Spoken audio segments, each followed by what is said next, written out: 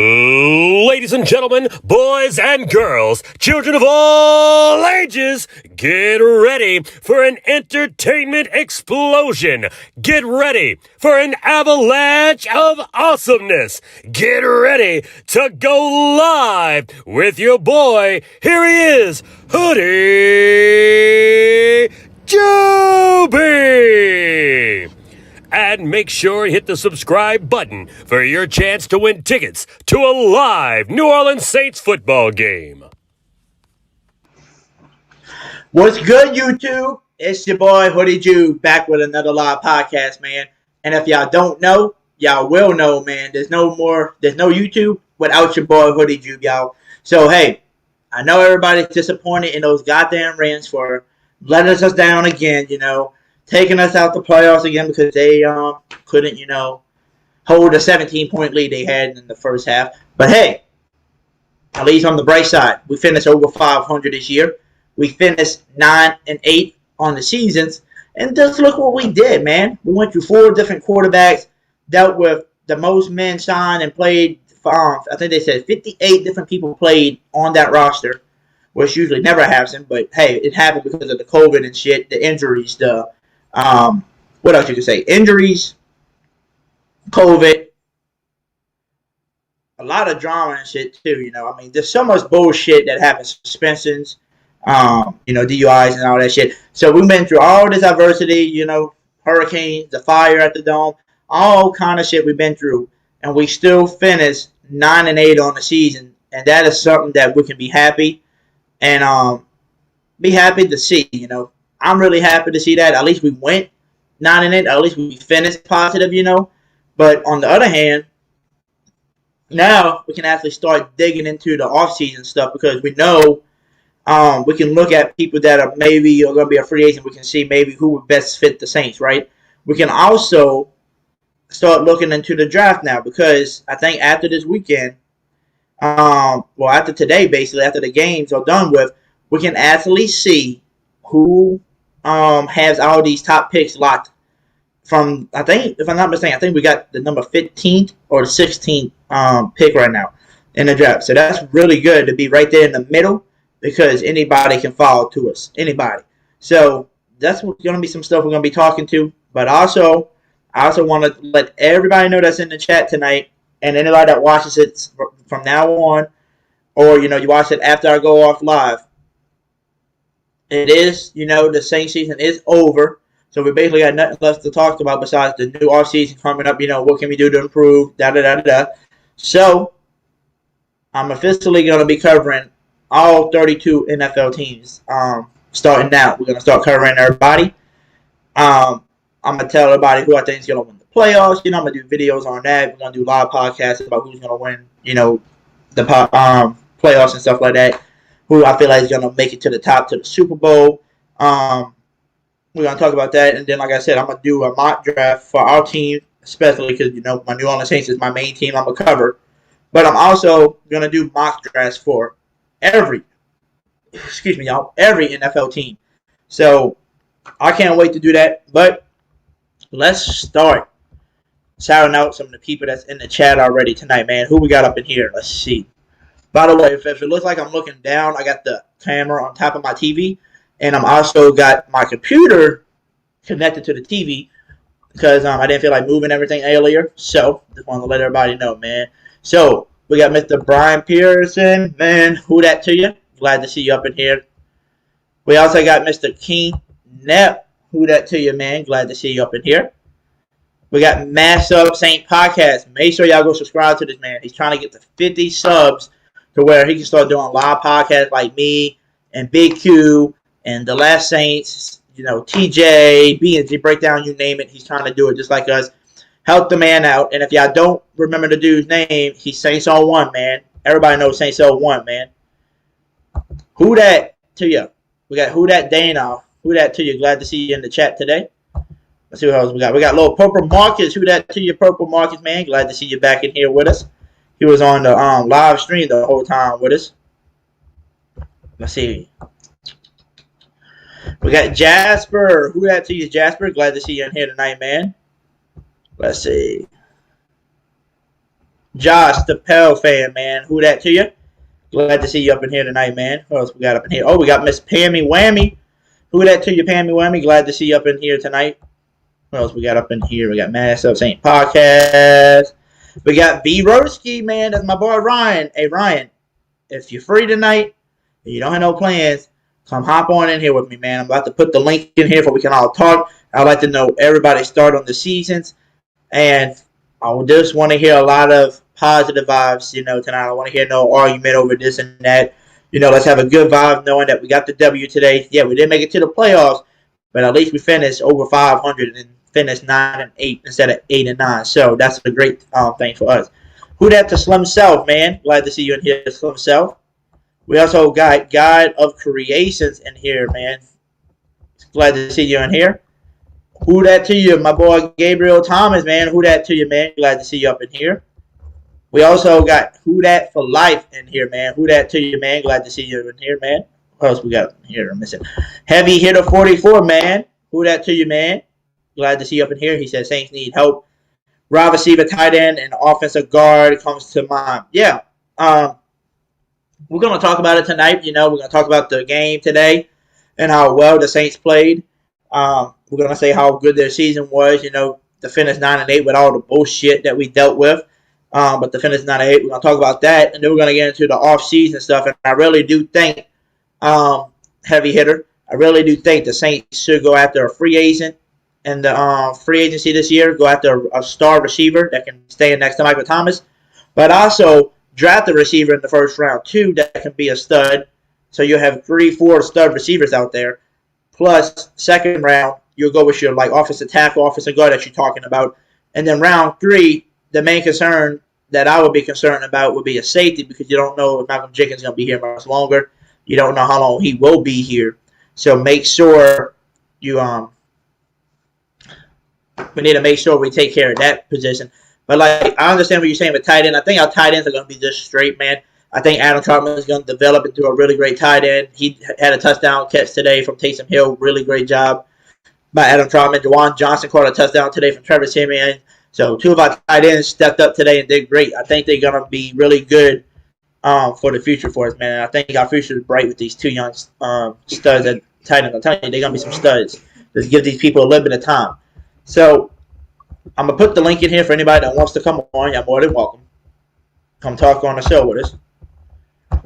And here we go. Got the link in here for everybody that wants to join, man. Like I said, everybody that's coming on, make sure you keep it nice and clean. And also, if you are trying to get on the show, and we do have 6 people at a time, and you're trying to get on after, let me know, hey, I can't join.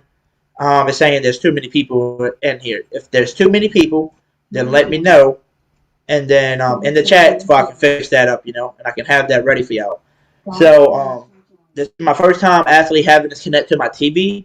So if I can hear y'all from the TV and it's not going through the mic and the sound's not coming through the headphones that I'm wearing, let me know so we don't be having a podcast where my shit's echoing. So we're gonna bring on the first person on the show that's waiting in here already to come on with it. We got our boy Saints01, man. Who that to you? And he's also the host of the Mass Up Saints podcast, man. How you doing, Saints01?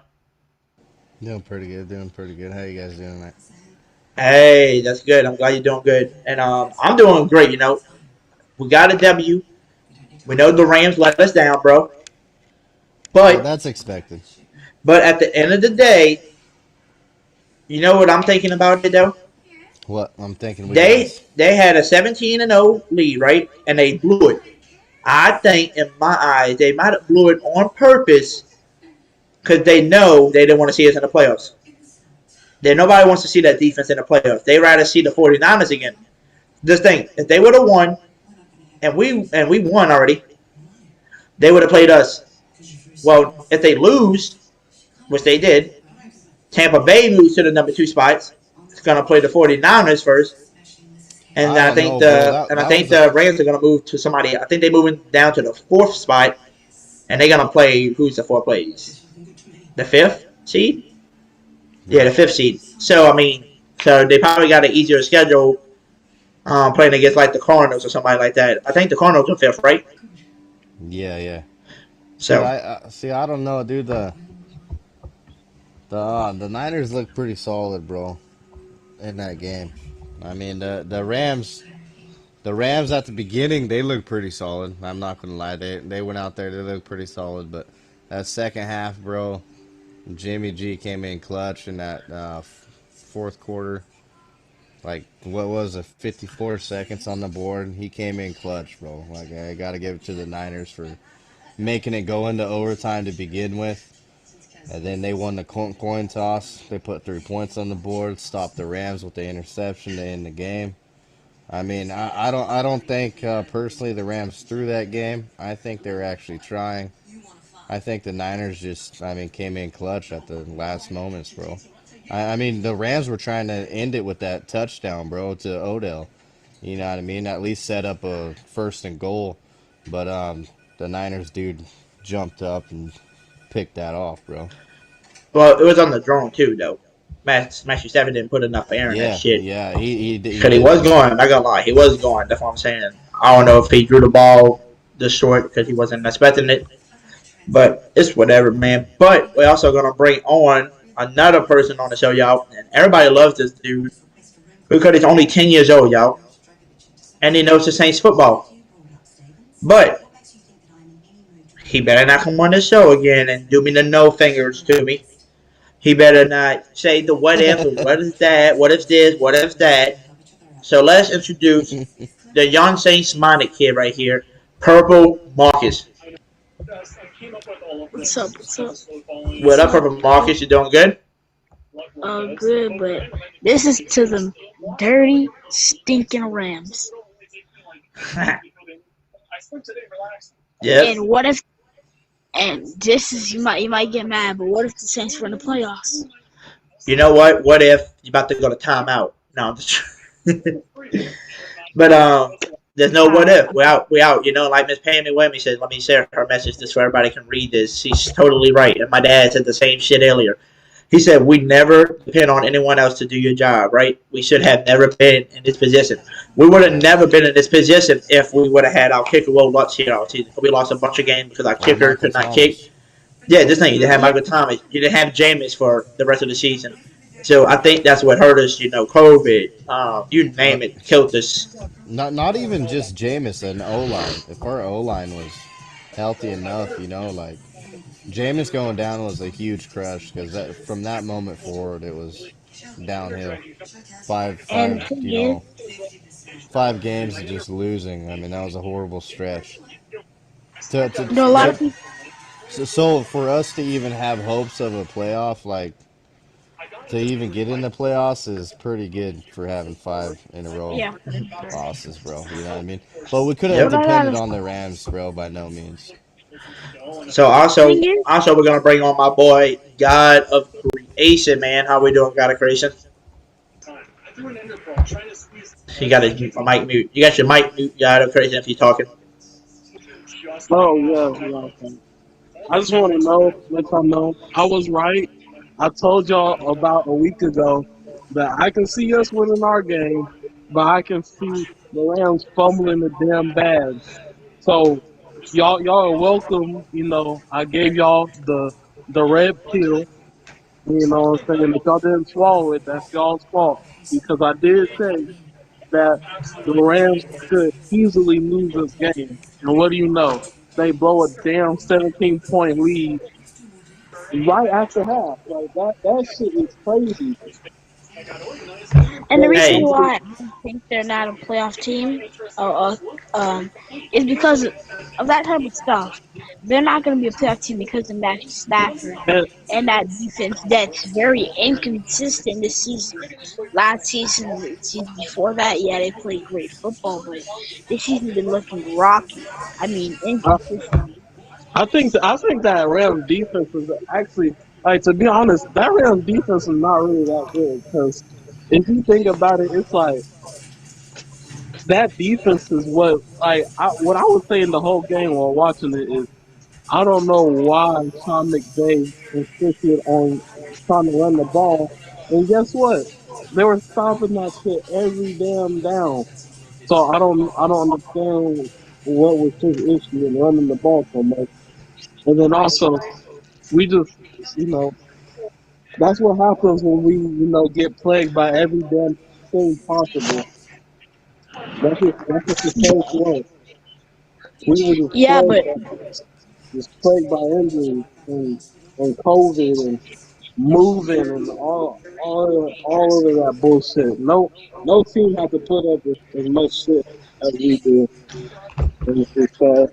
yeah, yeah, Yep. and what Pim said, yeah, I agree because you don't depend on somebody else to do your job, and we didn't do our job even in that win, and I think this was the best thing that happened to us, not actually making the playoffs. We get up in the draft, we get to regroup as a football team and as an organization. Okay, what are we gonna our eyes on next season now? This off season, relaxing, getting getting fun. I think this is gonna be the best off season or the most confusing that the Saints are gonna have in a while because look at Dennis Allen, one of the best defensive coordinators in the league. Where is he gonna go? Is he gonna go take a coaching job? But what I gotta say about that is he's gonna have to go somewhere where the offensive coordinator good because I've seen Dennis Allen do it. Like you remember that game against Tampa Bay? Which one? You guys remember that game this year? This year The when one, Sean the Payton one that got we won 9-0, or first one 9-0, when yeah, James got hurt. yeah, that's it, that's it. 9-0. That was when Yeah, Sean Payton was out, and our offensive coordinator, he's good, but you look at what happened when they scored 9 points. Yes, it's a good defense, but their defense is stingy. I mean, it's kind of on and off, I guess. I don't know how to put it, but when you look at the defense, it's good, but they only hey, scored 9 points. And Dennis hey, Allen look. was Oh shit! Sorry, y'all Dennis, joined it. Dennis Allen was basically the head coach, kind of. I don't know if he's gonna be able to take that job. I think he should stay with the Saints because it seems like he's gonna go somewhere else. He'll play good on defense, but we'll see about offense. I feel like he should stay. A lot of people think, "Oh, yeah, he should go leave." I mean, the Saints they're too good for him. And one of the dumbest rumors I've ever heard is the Saints might trade Sean Payton to the Chicago Bears. That's the dumbest shit. What Exactly, happened? What's up? That people just be saying stuff. I ain't gonna lie. exactly. I was thinking, I like, come on now, and they were serious about it too. They were like, "Oh, you know what?" And did it on Fox too. Someone on Fox said, "Oh, I don't remember what team it is, but it was today." So they were saying, "Oh yeah, this team's probably gonna go for like a guy like Sean Payton or someone else." Like, are you idiotic? If the Saints traded Sean Payton, look, I wouldn't leave the franchise, but I would be very mad at the franchise. It would be like I almost left because that's idiotic. It's idiotic. I know the Saints could never do that unless he goes 0-16 for like 2 or 3 seasons straight or something like that. Yep. But They, like you said, right, Perfect Mark. You know how you said it was like a blessing in the sky for us, right? To actually, be eliminated just now. But I mean, just look at it like this: we're eliminated. But on the positive note, we finished 9-8, so we finished above 500. Now that gives Taysom Hill, who just got hurt today, for his foot again. At least it gives him time to finally heal and get ready for the offseason, and get ready for next year because we can use him as the Swiss Army knife doing everything that he does. Jameis is getting healthy right now, I think they're going to bring him back next season. Michael Thomas is getting healthy. Now Armstead can go get his surgery. If he wants to stay with us, he can. If not, he wants oh, to I walk, he said, can walk. So, Hoodie. Let me say something real yeah. quick. Thanks. Yeah, thank you. Um, Tron said that there's a very good chance that he's not going to come back. A very good chance. Because he's just not what the Saints are looking for. He's played Yeah. inconsistent. Yeah, but he's getting healthy. But Saints bring him back. Yeah, that's a good. That's another piece that's coming back. I totally understand what you're saying though, because a lot of people were saying, a lot of people was kind of saying that Armstead was already told the Saints that he's gonna go test out free agency for the money to see, So hey, they Oh, want to, that's they want to welcome to. Also, we're gonna bring on my boy Ryan, man. How you doing, Ryan? What's up, Alan? How's it going, bro? Hey, it's going good. You doing good? Yeah, I'm doing great. Glad That's you know. good. So, what's your thoughts of the season now? I mean, my look at it is this is how I look at it. I can tell people, hey, my Saints dealt with so much bullshit than what your team did, and we still, after going through four different quarterbacks through the season, going through picking up people off the street to go block for my quarterbacks, to go through all that, and deal with the hurricane, not playing at home right away, and doing all this stuff. Fire here, COVID there, this and that, like injuries, DUIs, all kind of shit, suspensions. So you're dealing with all of this, and you're gonna tell me we still finished our season 9-8 and had a chance to make the playoffs? I'm happy with my team right now. We got a bright Oh, future. 100%. That's how I look at it. I'm very proud. I mean, you look through everything that we've gone through, and it's really. I'm so glad we got a win. Like at the end of the day, that's what I wanted. I wanted to end on a winning record. And I mean, when you look at all the other teams, only 13 teams of the other 31 teams had a better record than we did. Like when you think about it like that, like imagine all the teams with better records. What would the Packers be winning record without Rodgers or their number one quarterback and Devontae Adams, their number one receiver? It's like and I hold up. mean, Can I say something? Ryan? yeah. Oh, one of the things that I've thought about, Devontae Adams is I think it's more of Aaron Rodgers making him good. He's a good like releasing route runner, but when you look at him and his targets and stuff, he he wanted to go with wherever Aaron Rodgers went. So he was talking about, you know what, Hmm. maybe I want to trade or go somewhere else. When Aaron Rodgers was saying, you know what, I'm done with Green Bay, instead of getting a receiver, they got another quarterback. So Aaron I, Rodgers is if you look at that guy, he's the guy. yeah, I definitely Yep. think. I mean, don't get me wrong, Devontae Adams. If you put him on the Saints, I mean, he would eat. He would, or really any good. I think it's hard to compare without Aaron Rodgers because it's like, who's their backup? Who's their guy? Jordan Love. Love. Yeah, Jordan Love. It's like, I mean, that's pretty. I haven't seen too much of him, but I mean, Devontae can't be happy with that as his quarterback. So I feel like you put Devontae Adams on a decent offense. I mean, he's your instant number one. I mean, there's no question. I think regardless of what team he'd be on. So, but no, you're right. Rodgers is definitely like. I mean, I'd say he's the MVP, but we'll find out. But he's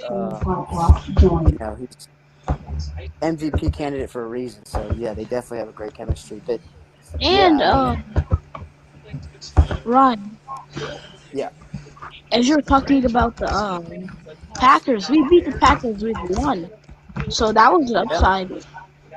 yeah. And you look at all these teams. Like, I mean, think about all the playoff teams right now. How would they turn out if they didn't have their number one receiver, number one quarterback? You're talking about like the Bills without Stephon Diggs and Josh Allen. You're talking about, the Bengals without Burrow and Chase. There's no, you're talking, I could go on and on. You know, uh, I'm trying to think Startup who creation else. join. The Like Rams Buccaneers without without. Stafford and yeah, No, no, Rams no. without Hold on, Stafford. hold on. No, the Rams without Stafford would actually be better. I think it's basically the Rams without their offensive weapons because Stafford's been inconsistent. But also another example is I think Stafford is a huge upgrade to what they had. Goff. I mean, he's a gunslinger. I mean, You the said a huge Goff fans, upgrade? huh? You said a huge upgrade? I kind of think that's a little exaggeration. To Goff, I think so. I mean, yeah, it just kind of depends on how you look at it. It's easy to say after today's game that Well, Stafford. he's been playing like this for the last 3 weeks, so it's not just today's game. the Yeah, Buccaneers. The but Buccaneers without. oh yeah. So I mean, it's easy. It's Stafford. I mean, throughout the season, I had him in fantasy. I mean, beginning of the season, I mean, he took me. Actually, I ended up winning the championship, and it was my family league. But I mean, he did. You know, he was doing great throughout the season. I don't know what's going on. I don't know if there's a He's had, I mean, he was doing this throughout the season. He was throwing stupid stuff and being inconsistent throughout the season. That's how they were. That's how he's I been mean, playing. I don't know. Throughout the season, he was always in top 5 in QB rating. I mean, I That doesn't then mean again, nothing. I didn't watch every game, so I mean, but I mean, I'd say if you compare him and Golf, I mean, well, I mean, I don't know. Maybe it's subjective. You like Maybe, the Bucks? but Well, if you compare him and golf, well, I'll tell you this: golf is on the Lions and Matthews on the Rams, so it's not But even but don't competition. forget, they switched. They switched, and I think Matthew Stafford put up better numbers in golf when he was with the Lions. So Last year they were as terrible as they were just now. And it's not the exact same team because they don't have Kenny Galladay anymore, so he doesn't have a number one wide receiver. yeah, that's But true. that St. Brown dude, kid, though, he's a little stud coming up in the league right now. Who? the Bucks? No, Oh no, no, we're no, talking no, about the no, Lions no, right now. no, no. Ryan, like another example. I was saying that I don't know if you guys can hear me, but I was saying that the Bucks, like without Tom Brady and the guys that he brought to the team, they wouldn't be a playoff contender.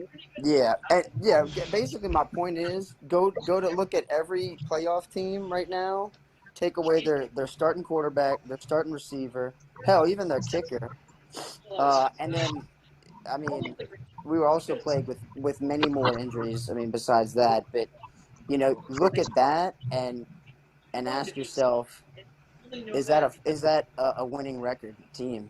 And most of them I can't see having a I positive think record. I think 99.99% of the league wouldn't be able to have a winning record with that. Yeah, yeah, Bill wouldn't have it. We've seen Bill have almost a team like this to where it's like there's no like super outstanding, you know, uh, play. Like you don't got no super outstanding offensive plays with what's his names last year. Tom Brady's last year they were pretty bad and they had good guns. So it's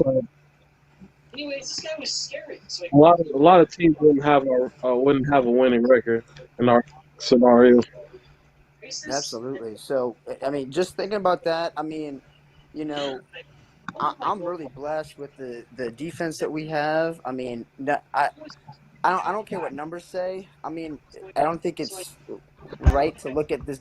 I'd say this is the best defense in the league, easy. Like if this defense had an offense, any luck with offense, if anything went our way, and of course nothing did, but if we had a decent And time of offense, Right. possession, right, time of possession, yeah. right, exactly, exactly. I mean, having even if you have no matter what, even if you have an elite defense, if they're on the field for like what 30, 40, or 40 minutes, whatever. I mean, it doesn't matter how great they are. I mean, tired is tired, you know. So, uh, Yeah, exactly. yeah, this is elite defense, and I mean, yeah, I mean, and the coaching too. I think that doesn't get enough credit. I mean, really, You don't think that coaching gets enough credit? in general, like I guess with I think that's what most people talk about when they talk about the Saints is Sean Payton. so I mean like throughout the league, like on teams and stuff, like because on paper, you know, Hmm? Bills. Well, hear me out. I guess like with these teams, like I know the Bills were like beginning of the season, they were a Super Bowl favorite in the AFC, or you know what I'm saying? They're what do they have right now? Are they a 9-win team, 10-win team? They just kind of seem a little like lackluster, you know. Same with the Chargers. I mean, maybe I'm overestimating the Chargers, but I'm looking at their offense right now. Chargers, Chargers don't have like a consistent defense. Yeah, That's why they be having these seasons to where they're so close to making the playoffs but don't get in. yeah. I mean, I'm seeing their. I guess their line needs work, but I'm watching the game right now, and they just like they could not get anything going right now, dude. It's like, you That know, that offensive line is kind of trash. I ain't gonna lie. yeah, yeah. I mean, and it's I just feel like I don't know. Maybe it's also the hate in general with the media. I feel like everywhere I see, it's like it's something like Sean Payton or something. Like I saw one thing with Sports Illustrated. I think it's just the time of the year. It feels like every year I see some article. It's like Sean Payton needs to leave the Saints. You know, go start somewhere new or something. What Who's kind of saying reason? that? I actually haven't heard nobody say that, so I don't know That who's. Say what? sports Say what? Wait, what do you say, Ryan? there's a Sports Illustrated article. It came out about 2 days ago, and it was and I mean Sports Illustrated. It's a pretty big like I mean source, and they had some. Whoever wrote it was like he should go to the Bears or Jaguars and rebuild the team. Exactly. The thing is, I think I saw like another article like that. They were saying, "Oh yeah, the Saints are free to trade Sean Payton to the Bears." I was like, "Come on, you gotta be honest." That's why I Think don't that. listen to articles. They be saying stupid shit. Yeah, it's just like I don't know why. Like I don't know, man. That irks me. It's shit like that that's like why I don't know. I feel People like are doing that shit. everything I hear in the media with the Saints is just like no one gives them credit, and I guess it's the national media, not local. Local news, it's like you actually get, you know, you actually get like facts. You get straight facts, and you see appreciation. So that's what I've been. I mean, there's I of wouldn't course say like straight facts, but yeah. yeah. I mean, so but I don't know. It's just like every time I'm on social media, maybe I should stay off social media. Maybe that's my problem, but. All I see is Tom Brady go, Tom Brady this, whatever. It's like, Yeah, Tom Brady oh, scored. I mean, it's like, I don't know. That's what happens. Even though Tom Brady's the same, this is the same dude that was struggling against the Panthers today to put up points until second half. And also the same dude that was struggling against the Jets. Like, Dude, yeah, some I, people ignore this type of things. I don't know if it's just me, but I definitely see. I mean, I'm kind of like going off on a like rant right now, but I've definitely. I mean, Tom Brady's not Superman, like by any means. I mean, I've Not definitely even close. like, especially the tail end of this season. He's definitely not like just not seem like himself. He's very No, lackluster. I don't think it's. That's the thing. I think y'all overestimated Tom Brady. That's the thing. People are seeing what Tom Brady really is. They're like, oh man, Tom Brady this, Tom Brady that. Hey, dude, Tom Brady's situation, he's always had luck on his side and had a good situation. He never had to. He never had to carry a team. Yeah, you're exactly right. You're exactly right. I don't know if y'all know this. He had 17 seasons, and I don't know about this season. It may be 18. I haven't checked. He's had 17 seasons with a top 10 scoring defense. Yeah, Oh, I knew that. 17 seasons. Imagine Peyton Manning or Drew Brees or honestly any quarterback. especially Drew. No, like it's especially Drew. The defense was bad in New Orleans. We would have been a top. We would have been, even probably maybe like 2 more Super Bowls Dude, after yeah, you win that one. absolutely. I mean, 2011 was an amazing season for Breeze. He's had 5,000 yard, seasons or five? No, five, huh? It's Who, fine. He Drew? has a lot, Yeah, Drew. and then he has like you said, he has multiple records. Yeah. Do you know no one else has more than one? No one else has done it more than once, and he did it 5 times. Isn't that crazy? While being the most accurate quarterback, like that's just insane to me. That's because people look at what team he's on versus what Tom Brady was on. That's why people dislike Tom Brady so much Yeah, because if Drew Brees was on the Saint or on the Patriots and Tom Brady was on the Saints, nobody would be talking about Tom Brady since he's with the damn Saints. exactly, People like talking about Boston, all those overhyped ass teams. exactly. But yeah, and I don't mean to, I'm kind of going off topic, with that. So I'm just gonna switch gears, um, but yeah, when all is said and done, I'm really proud of this team. I'm really looking forward to next season, dude. We're gonna retain most of our defense. I don't see like huge losses. I mean, I know Malcolm Jenkins probably, moving on from him. Trying to think of, I can't really think of anyone off the top of my head. But I got a question for like okay, What up? everyone if they want to answer it. I want to start off with Hoodie. Um, would it be what would be your all-time Saints team? My all-time Saints team? Yeah, everyone in their prime, like Adrian Oh shit! Peterson's prime. Oh shit! Oh shit! So if you told me that shit, Aaron Brooks at quarterback. Um, who should I pick as running back? Running back will probably be You Ricky say Aaron Williams. Brooks at quarterback Yeah, yeah, Aaron Brooks over Drew, quarterback. Ricky over Drew, Williams at running back. Um, over Drew. Aaron Brooks. I love then I'll Aaron Brooks. pick, Kenny Stills. He's lying. Kevin Oh, he's White as trolling. He's receiver. trolling. He's trolling. He's trolling, man. He's trolling, man. uh, yeah, I want Let me to tell know you. some Hold up. Let me tell you mine. Let me tell you mine like actual realistically. So mine would be Drew Brees at running back. Adrian Peterson with the Buccaneers. You know what I'm saying, and then um Michael Thomas his first year with the Saints, and then Marcus Colston as Michael Thomas's first year.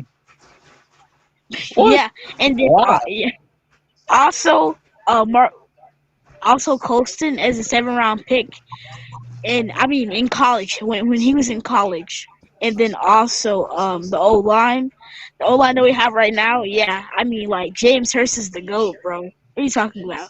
And then on defense, I want Kevin White at Kevin cornerback, White. and then uh-huh. Jameis Winston at the other spot, and then CJ Garner Johnson at DT, and then CJ Garner Johnson at DT. Marquez Callaway. Hey, it looks like we're about to. I think they said the Saints are gonna have most likely the 18th pick in the draft because the Raiders are looking like they're about to win. So it's gonna be Raiders making us have to pick 18. Now if the Chargers would have won tonight, we would have had the 17th. pick. So we one pick behind now because the That's not. Raiders won. I guess that's not really. I mean, Yeah, yeah. cool. I guess. Yeah, Now, it's now whatever. Thing if you is, said we went from 14 to 18, then I'll be like, fuck, that's fucked up. Yeah. Yeah, it's just one. So 17 and 18. But also the answer, who that for life, he said, say, Hoodie. How long we have to, do we have to judge Sean? This is embarrassing how we on the couch. And I said, but this is my question for you, who that for life. What do you want to say to him and how you going to judge Sean? There's nothing he could do. I mean, I want to see y'all try to coach a team with practice squad players on your team because everybody's hurt or injured or on the COVID list of games. You got to hire somebody off the street to play. So I mean, the finish with this team that we had, the finish at least 9 and 8. Yeah, the offensive numbers might not have been the best, right? The offensive numbers might not have been the best. We might have been almost the worst team in offense or whatever, but look who we had almost the whole season. You didn't have Kamara for like what 5 games either, too, right? Mm-hmm. So, Exactly. I don't so I'm know. saying Some you can't people, say nothing wrong with Sean Payton. I We ain't can't gonna say lie. nothing. Some people are Hoodie. right. Yeah, It's like some people are delusional. You can't be delusional and be like, "Oh my God, Sean didn't get us in the playoff." Are you kidding me? Dude, Dude, yeah. look at the Okay, Hoodie. fucking tripled Hoodie. ass yeah. Okay. team you have to play with. Okay. So Ryan and you. So like, you guys remember Sean when overpaid everyone? Hill. Like, why? He didn't. He didn't overpay. I mean, I guess like he ain't get as much as you think. This contract is like it has like incentives in it. Do you guys So like remember? he doesn't get those unless he You hit the camera. plays at QB. Mm. Do you guys remember when everyone was saying, okay, lower your expectations, and everyone's agreeing, okay, so we should just lower our expectations. Remember that, right? It was around like week 11, like I think it was a couple weeks before the Cowboys, something like that. And everyone was saying, okay, lower your expectations. A lot of people agreed, okay. 2 weeks later, Saints won. I mean, like a couple weeks later, Saints won a couple games with the Saints. Oh my, the Saints! Not saying, oh, the Saints are garbage. Saints are going to do anything. Yeah. Literally, everyone is agreeing. Okay, lower expectations now. We're saying we're getting guys off the streets. We're getting got. I remember we had. I remember it was a guy that we picked up off the street to go try to get the quarterback. He was getting locked up by this bottom tier O lineman, and then we have bottom tier O lineman on our team. So come on, everyone was agreeing. Over the expectations, over the expectation, everyone was saying that. I think Yes, did I expect it? I think a lot of people are.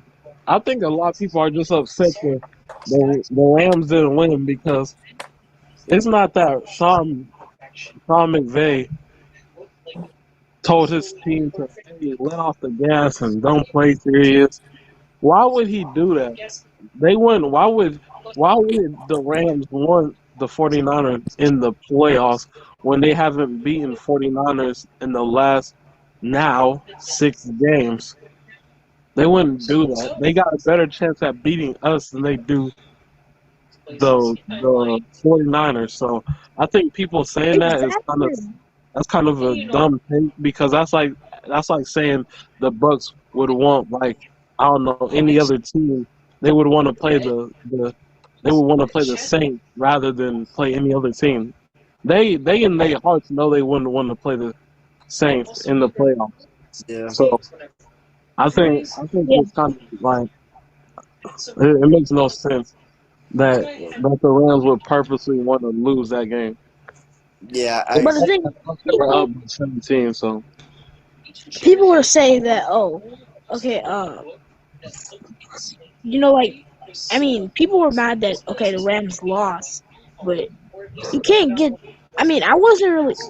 I think a lot of people meant that like I was mad at Matthew Stafford. I was just saying he was bad because when you look at what happened, he looked clueless, and I thought he was just like throw it up there. That was a bad ball. But people got to realize is okay. Which team is that? Which team are we actually going for? What team are we gonna go for every year? The New Orleans Saints.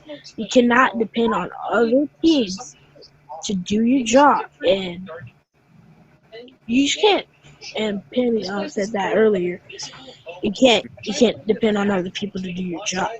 Saints shouldn't depend on them to do their job. And I think that's why they weren't stressing about like on the sidelines they were just happy that they were winning and stuff, and they Hmm. weren't stressing about the playoffs because if we don't make it to the playoffs, so we won a football game.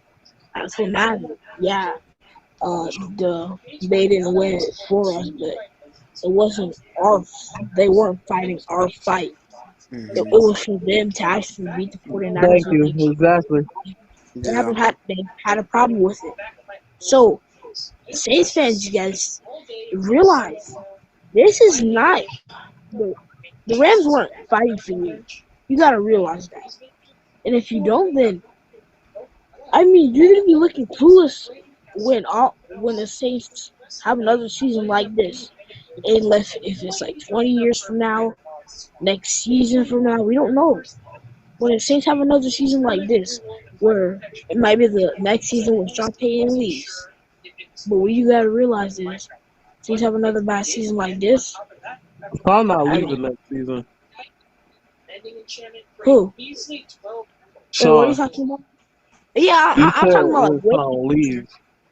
Yeah, like I'm talking about like way in the future. Like you gotta Well, realize I these. don't think anybody's worried about like 8 years in the future right now. I don't think Yeah, like, I'm anybody's. talking about like 15, 20 years in the future where you're seeing about maybe. Most of these people is probably not even going. I don't, a lot of people probably not even going to watch football like that 15, 20 years in the future. Yeah. Huh. So who that for life said, say Hoodie, who do you see getting upset? I guess in the playoffs, me. Bucks, Um, I can see Bucks, the Bucks would be one of the teams I can see getting upset.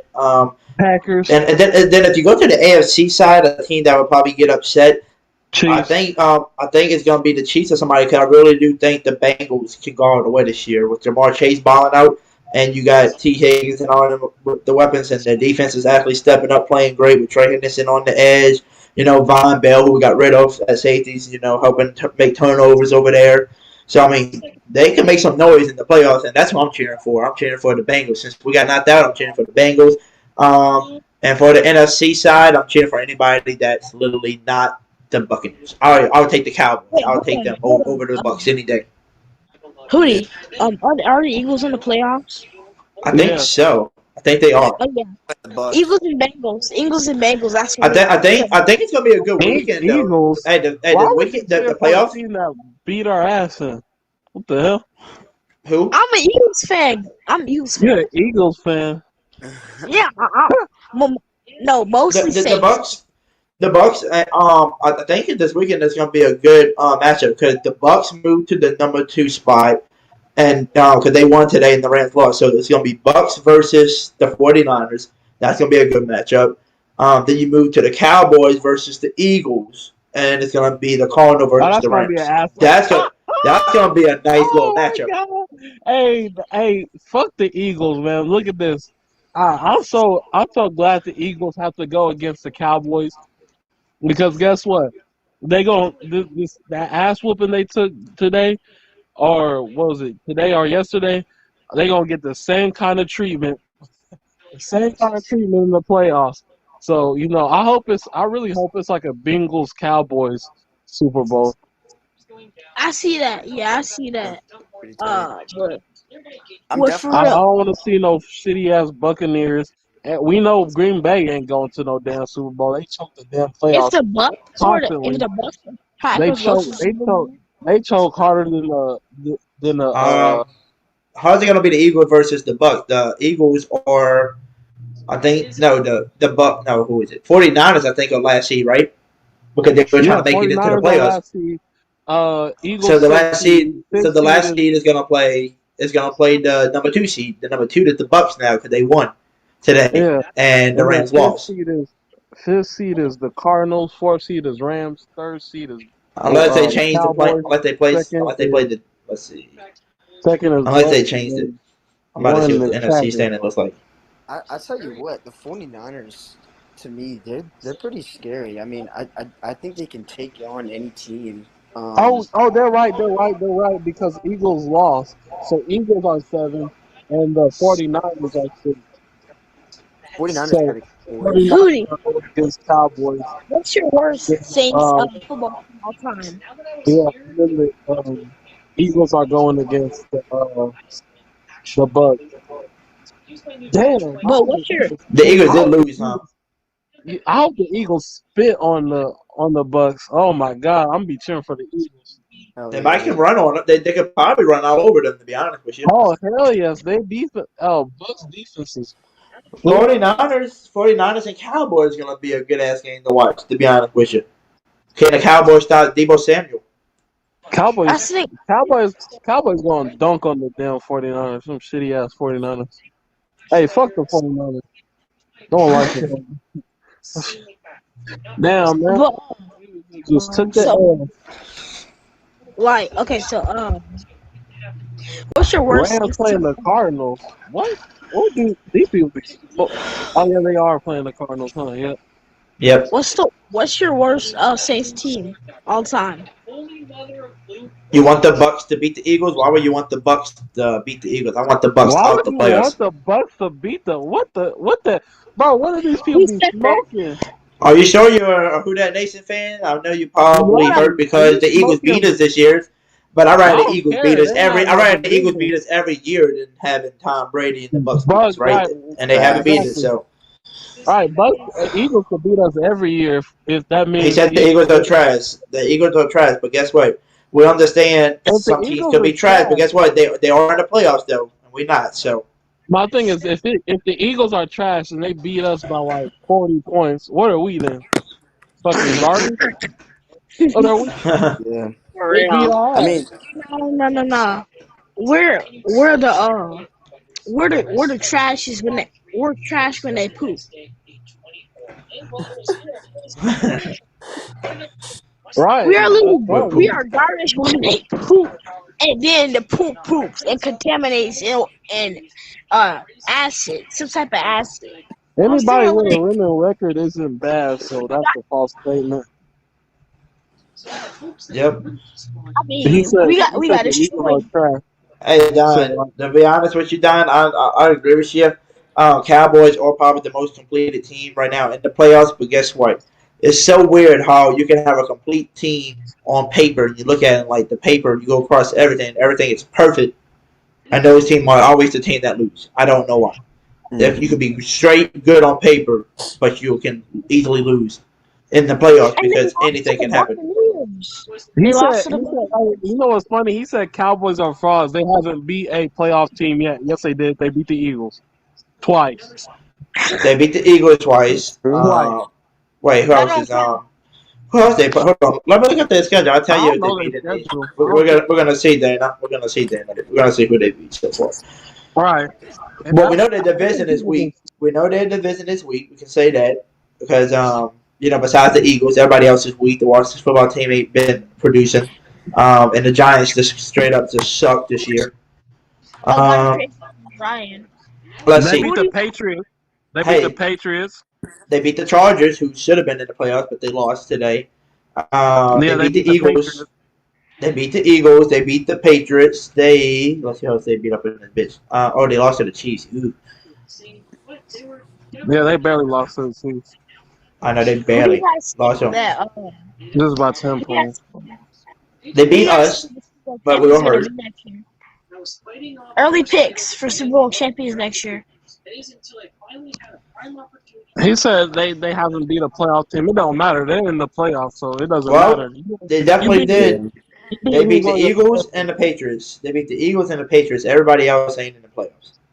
I mean, when Right. you think about the playoffs, it's like it's. I mean, Don't you? even more so I'm any kind given of Sunday. slacking though. Like anyone can You take you out. you know what's crazy is I don't understand why people be saying this type of stuff. Oh, they didn't beat a playoff team. They didn't beat a playoff team. Why did nobody say that when Tom Brady was winning all these rings?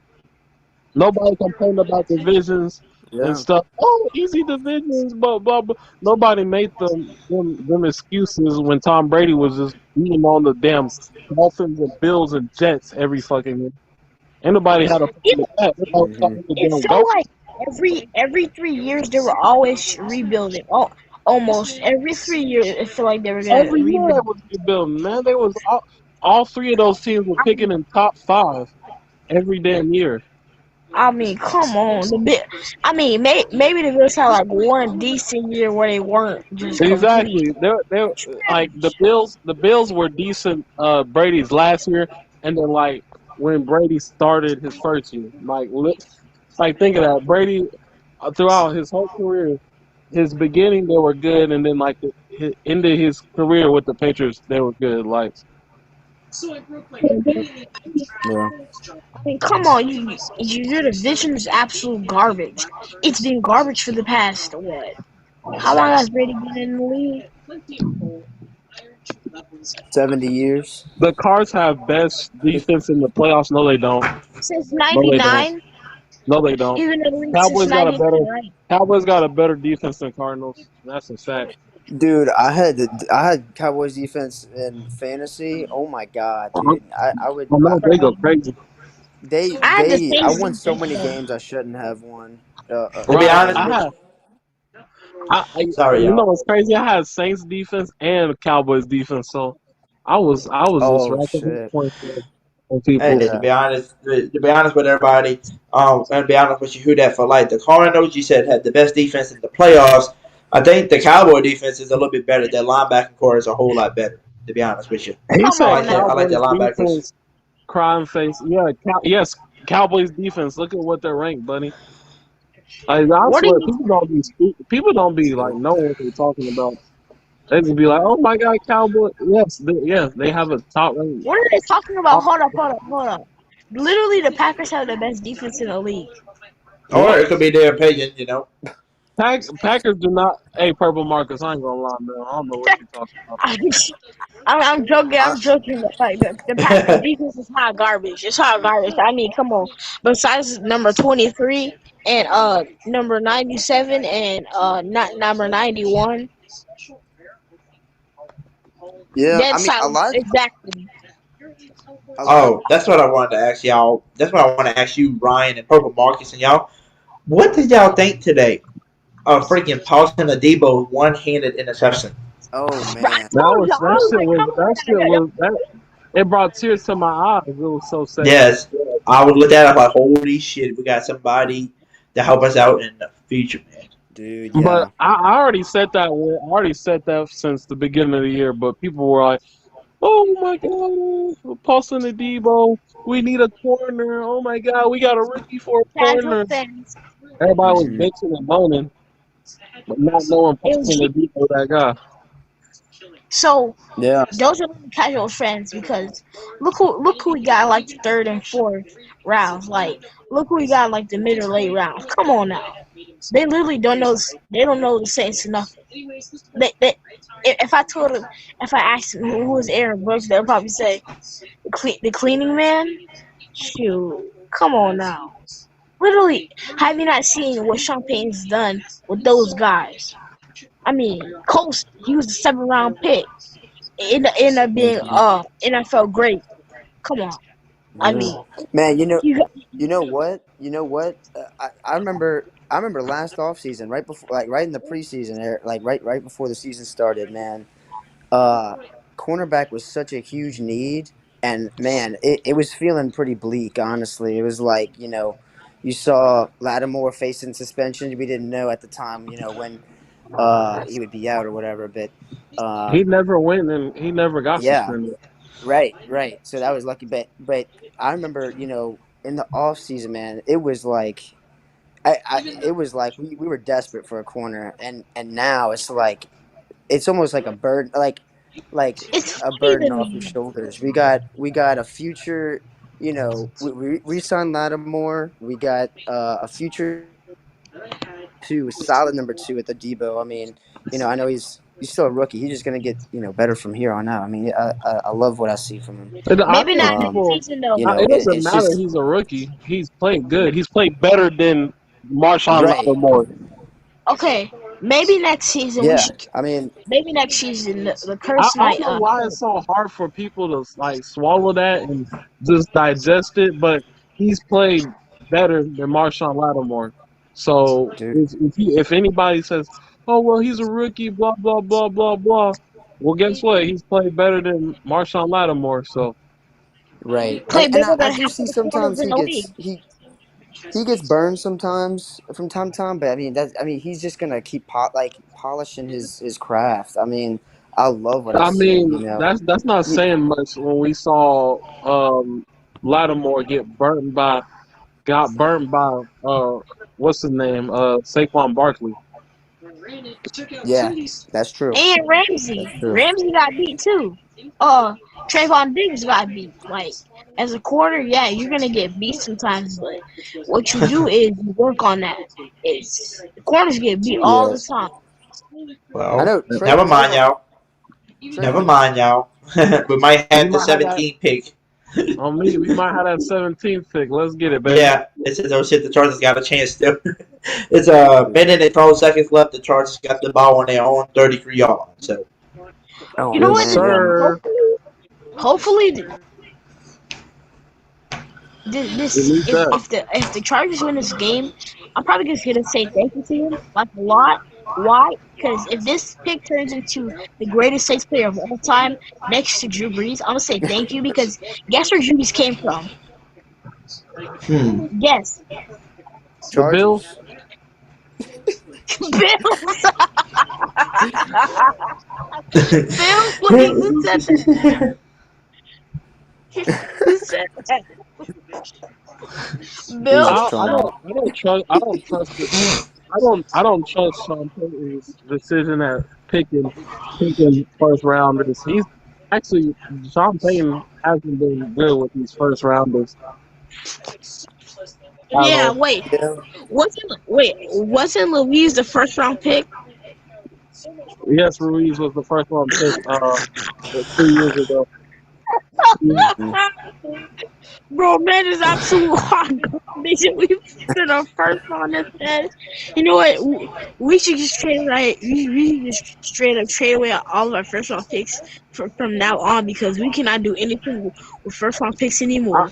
I Listen, think after I this think season, the reason he's bad, the reason he's playing bad is he's out of position. I don't think he should have ever Mhm. been playing a guard. He should have been playing. He should have been playing center. 'Cause you gotta pay attention to two different things. So it's like Yeah. he basically has to play a whole new position. I get what I you're agree. saying hey, got I it, agree Chris. with that. because when Yeah. you look at Hey, when just you to look let at you some know, of the just to stuff let you he's know, I'm done. about to bring on your buddy. I'm about to bring on your best friend. But also, What, you got CT? somebody. Yeah, my boy CT Chris is coming on. But you got a person in the chat saying something to you. I don't remember a I person see. by the DG Saints fan, but who that to you, DG Saints fan? If you haven't already, hit the subscribe button, man. If you haven't. So we're gonna bring on Crusher too. What's up, Crusher? Hey Crusher, man, Greetings. hey Crusher, what I tell Salutations. you, You man? did. You did. And I said vice versa. I was worried about us. And it didn't it clearly didn't happen like that. It clearly looked like it was written in the stars and then a fucking UFO dish came and sliced the fucking stars. You know, that's what this season been. That's what this season been. This season has been a fucking a ball of craziness. Mhm. Yes, it has. Like the What? fucking psych ward. The Superdome was a psych ward this year. The Hey, I ain't gonna fucking lie mess about it. that we've been through, the ups, the downs, the happiness, the jubilation, the consternation, the frustration. You know, it turned into happiness, then it turned sad again, then it turned mid, then we turned proud, then we turned bad, then we turned mad, then we turned happy again, then we got hopeful, and then we was hopeless. And that's Yeah. fucking nuts. It's nuts. It's something. And the only thing that helped me cope with us not making the playoffs, the only thing that helps me cope right now, honest to God, is knowing that we had a chance to beat the Giants. We didn't do it. Oh well, we Yep. could have lost to any other team and beat the Giants. We could have got swept by the Panthers and we could have lost to any other team. But it go back to something that I had said about the physicality, playing every play, and that was definitely a game that was gonna bite our ass cheek. And shoulda, woulda, coulda. It don't matter. It don't matter. You know what I'm saying? It really don't. I'm not And gonna what Uncle Rico this shit. I'm not gonna come on here Uncle Rico. What I really seen, honest to God, was, and you have to consider Atlanta's day intensity and how because their defense really was soft. Their defense really was soft. They really was outplayed. They really was disconcerted. They wasn't where they were supposed to be. Never. They had no good technique. They was just terrible. Mm-hmm. But our offense was clicking today, and it wasn't Yeah. about talent. It wasn't about doing the extra. It wasn't about being a superstar. It was literally It about wasn't being a about football Taysom player Hill. and doing your job. You know, our offense had moments to where it was actually clicking and making the defense be like, confused. And it took 17 games to get there. It took Traquan Mm-hmm. 17 games to do what he did today. You know what I'm saying? It took Yeah. all this time for us to get a ball, screw the fucking ball in. Yeah. Like the ball, like, you know what I'm saying? Like one more thread, the ball, we got it. Oh, fuck it. Mm-hmm. The utility code and we cut the light off. We just got the Yeah. light turned. Fucking Crush, crazy. I think you're exactly right. And No, honestly, I cried tonight, cuz y'all see me? oh I man. cried, bro. I cried, bro. I'm not playing. I'm not playing with y'all, bro. Like, for real. Like, and I gotta stop cursing. I told myself this. I thought the Rams was gonna win. Yeah. I think And we all do. Kobe. when the second half came, and you gotta understand something else too. Sean McVay's record going into half winning is impeccable. It's like fucking Goldberg in '98. It's fucking crazy. You know what I'm saying? So for them to lose, the 49ers basically are the Saints to the Rams Buccaneers. And it don't matter if the Rams get this, the 49ers get that. The 49ers got their number and gonna whip that ass. My Very cousin true. Corey told me they was gonna do it again. And I said, I sure hope not, you know what I'm saying? But it was one of those things that's inevitable. Yep. And they caught a whiff. They start running the ball. They start doing more things. They start shuffling and using their brain offensively. Mm-hmm. And they outplayed the fucking Rams. The Rams ain't shit. I'm going to say something else, and then I'm going to let y'all talk. I don't think an NFL team in the playoff right now is about their life. I really don't. I really, really, really don't. I don't think the Cowboys got that. I don't think the Bills got that. I don't think the Patriots got it. I don't think the Packers got that. I don't think none of them got that. Anybody could win this fucking playoffs. I promise y'all. I'm telling y'all. I seen the Chiefs, sketched by the fucking who the Chiefs played yesterday? The Broncos, okay? Mm-hmm. They skated by because of the quality that they was playing. They played with a lack of effort. They played with no intensity. They should have lost that game. They not gonna play like that against a Josh Allen. They're gonna be gone. They're gonna be one and done. There's not a team I see hungry enough to dominate another team. It's any given game. It's gonna be nuts. And I hate that our defense ain't better in the party because we would have slapped some motherfuckers around. I promise you we would have. Absolutely. I promise you. I agree. And so hey, look, bro, it's over with, and it is what it is. Mm-hmm. And I don't know how to put this in It gets worse. It gets worse before it gets better. And I mean, like Deontay's Inferno, all the levels of hell, and you want to get out of hell. Guess where you got to go to get out of hell? You got to go all the way to the bottom so you can get out of hell. You got to go down before you can go up. Yep. You got to have a storm. You got to have a storm to wash away things you don't need. You got to have these moments to where the pain sheds some shit that you don't need and make you stronger. Sometimes in life, that's more important than having success. And these are bricks. These are bricks and pillars and posts and cement and all type of material we're using right now to know that we are built, we are built, we are built, we are built better than any organization in the league because we had nobody and we still was competing with all these playoff teams. We beat the Absolutely. Patriots. We beat the Packers. We fucked the Bucks. We've Man, been we Absolutely. done top fucked 5 some red people zone up this defense year. all year. Dude, I was Man, I on. love y'all, bro. I quit. Hey, man, I just get I really did. I had a moment. I really cried this afternoon. It's been a crazy year. I thought we was gonna make the playoffs. You know, I was really happy, and it didn't happen. And it's crazy. It's crazy that didn't happen, and I'm still kind of dealing with it. If y'all can't tell, but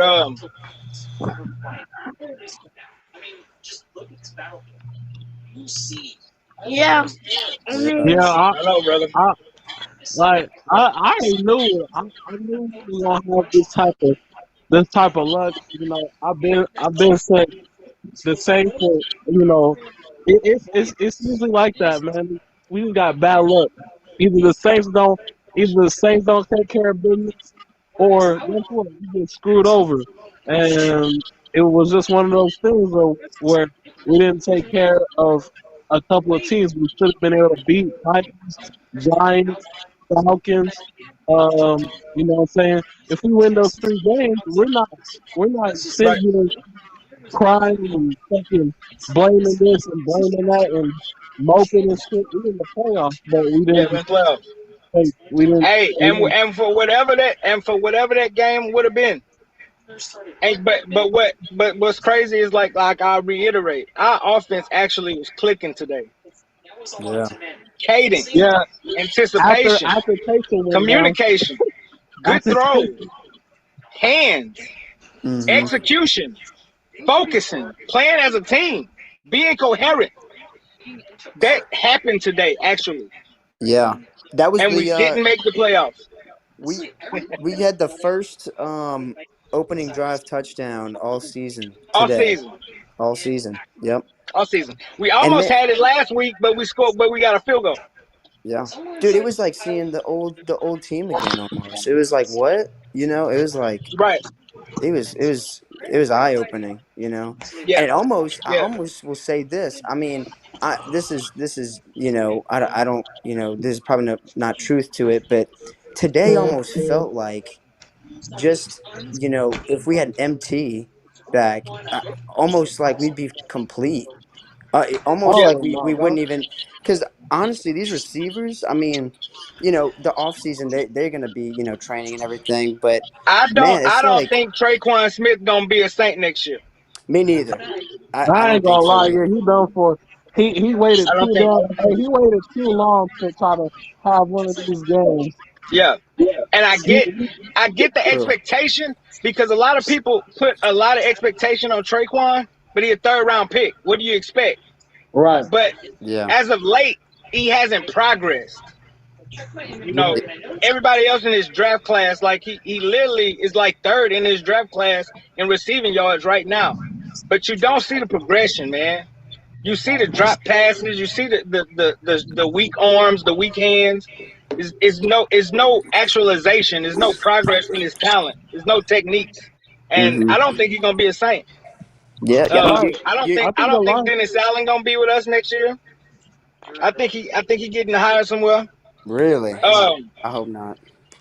we just like we had a remodel, right? This season, another one about to come, and I'm starting to realize that. So Yeah. I we'll mean, see, brother. I We hope gonna I see. hope we can get Dennis Allen back, but yeah, I mean, he's definitely made a name for himself. I mean, if he hasn't already, I mean, Yeah, Chargers he's won. Let's go. Chargers won. They didn't win. They thank going to you. overtime. dude. They Let's Go scored. go. Chargers, 17th go! draft. They scored. They're Gave going us into a 17th overtime. 17 draft pick. pick. They gave us a 17 pick and Drew Brees. Thank you for being so Thank you, clumsy. Chargers. Thank you, Uncle Justin. Wait, hold up. Am I delayed or something?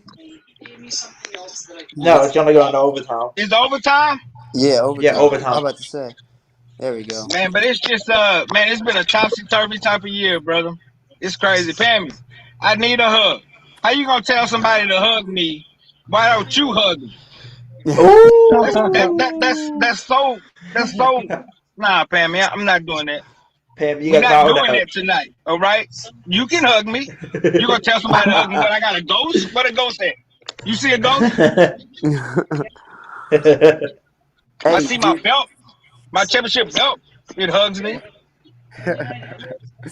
That's it. Hey, do the Raiders and Chargers, do they agree on a tie in overtime? Probably. Did they say, hey, we'll see you in the playoffs? Crazy, That'd be crazy. Probably. insane. That'd be insane. Wait, don't they both get in the playoffs if they tie or some shit? Yep. Yeah. Mm-hmm. Why don't they Hoodie. just both concede the damn match? Okay, Pammy, don't tell somebody else to do it because that make me scared. That make me feel like you see a ghost by me. Be like, who you telling to hug me? That person sitting in that seat right there. See, stop, Pam. All right, I'm not doing it tonight. Can't do it. Can't do it tonight.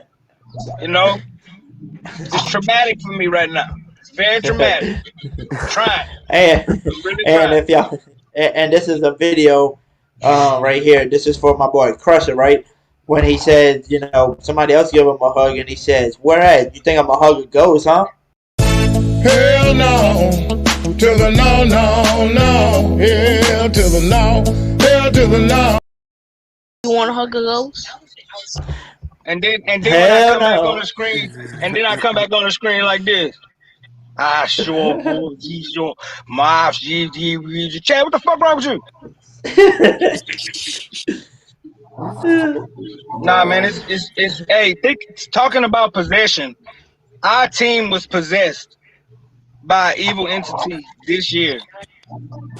We gotta Name. exercise all of that nasty negativity out of our space for next year. The injuries, the bad talking, the divisiveness, the dissension, the indecisiveness, the not trusting the coach and trusting the coach, then doing it again and being fickle and being on, being off. We gotta stay consistent. We had no identity this year. None. Mm. None. Yeah, Hoodie, we take off had your to. hat. Huh? We had the identity of a chameleon. That's what we did have. We did Always every week changing. Yeah. like a Yeah. con artist. Like a con artist. You know? So, Mm-hmm. Like a sociopath. We like, walked in a room with cowboys, we start talking about cows. We walked in a room with Jamaicans, start talking Rastafari. Some fucking sociopath. Every week trying to adapt to do something better. Not us though. We had no identity. We could not run the ball ever. That was sad. We actually started clicking. What Alvin had 146 on the ground?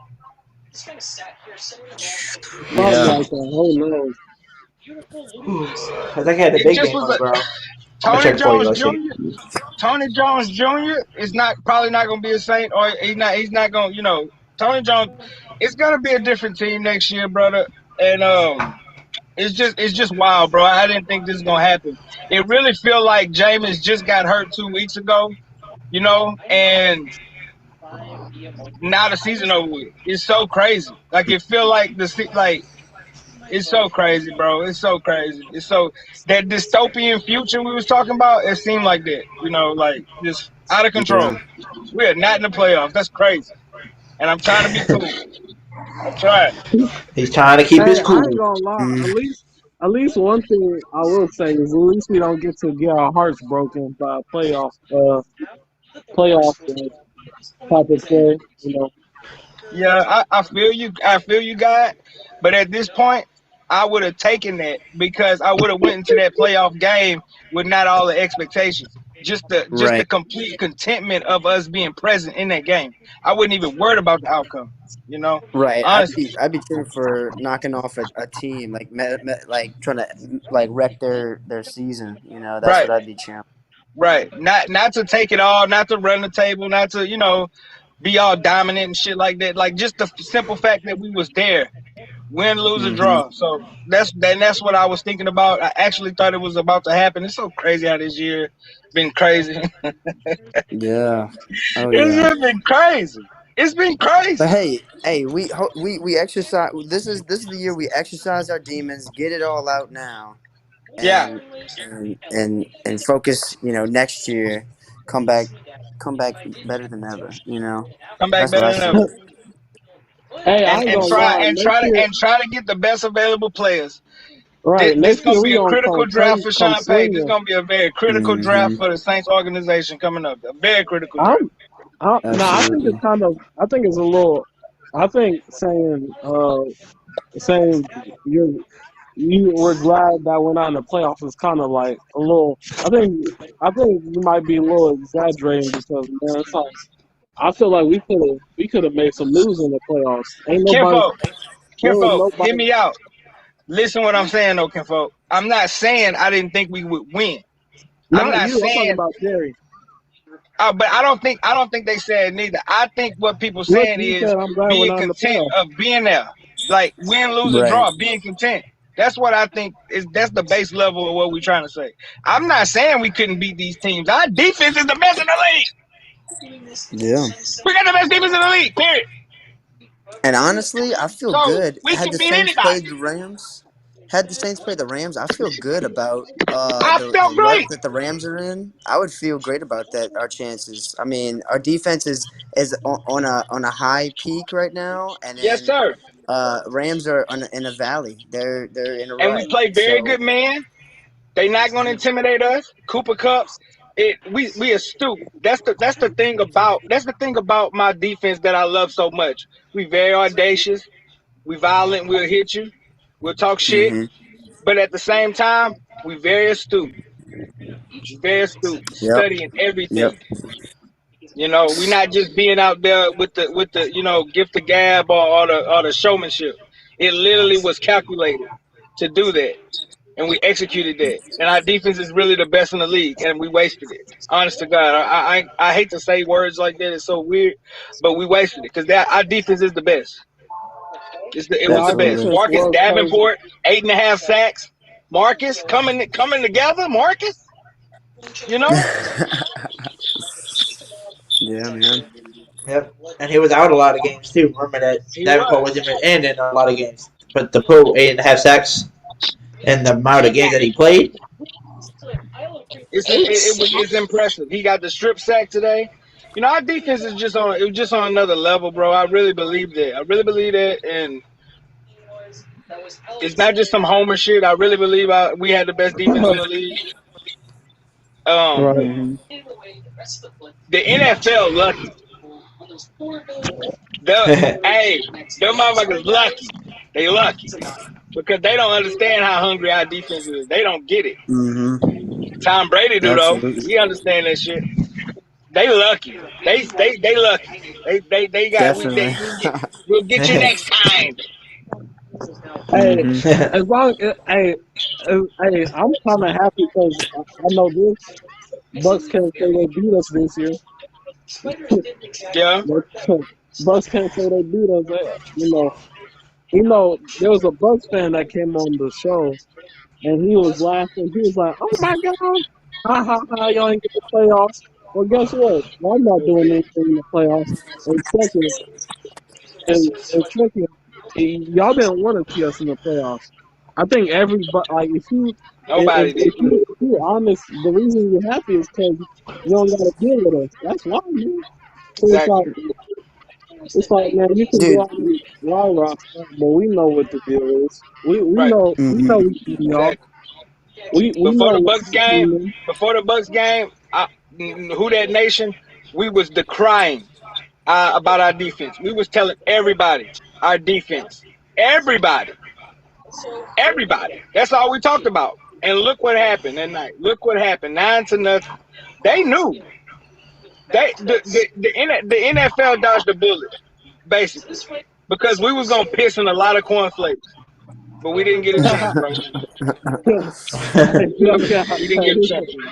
He said he was gonna piss in a lot of cornflakes. A Hey, lot of corn. The dog, whole box of them, cause not even a dog, bowl. Not even a dog. bowl gonna open the box of cornflakes and piss in them. For real. Facts. Yeah. We was gonna ruin people's dreams and hopes. And, man, it was gonna be Yeah. crazy. Crazy. Crazy year, man. Man. Yep. But now the best part about it though is that now Weathersfield it's look out good. like it's literally the off season for us now, which is good because now I can start covering every NFL team. Like I said, I would during the off season, so now I can start doing some more videos, more work on it. I'm gonna cover everybody's team. So like I'm thinking about doing some mock drafts. For us first, do the mock draft and feel who the Saints should go after. With the mock draft plus who we think we should pick up in free agency. And then after I do my videos for y'all, since the Saints are my first team, that's what I'm gonna go after first and do my videos for. Then I'm gonna put videos of every single team. Like every video is gonna be maybe 10, 15 minutes long, telling them who the mock draft should be. For their team, who their free agency should be, just to get all the videos out there. So even if it's not our team, mock draft, I still want everybody just to try to click on it, watch the views, and get the views up on it because it doesn't hurt just to see who y'all think, well, to see who I think, other teams are gonna pick. But I can't wait to do that. And I talked to my parents tonight, and my boy Noah that was watching the live today with me. We was talking at the table tonight. Had a few drinks, and we talked about it. And I said, if this off season, like from now till the football season starts again, if we can somehow find a way, y'all, to help push me to 1,000 subs before then, before the season, before the new season starts, and we do have people from every NFL team following me. I told everybody, I said, I think what I'm gonna do is I'm gonna bring everybody to the home game still, like I normally would. But what we're gonna do is we're gonna say, I'm gonna use this as an example. Let's say the Atlanta Falcons versus Tampa Bay Buccaneers in Atlanta is the game of the week, right? Let's say that's the game of the week. They're naming that team that game the game of the week. Well, that game of the week, I would try to make sure I'm off for that Sunday, and I will drive to Atlanta because it's only like a 5-6 hour drive.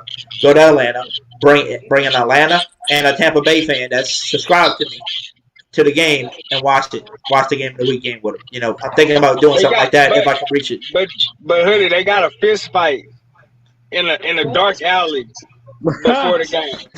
You feel they all shit. That would get good. But we'll see. Don't go to the dome. Like go walk behind walk-ons and be like, y'all run fades. You said no.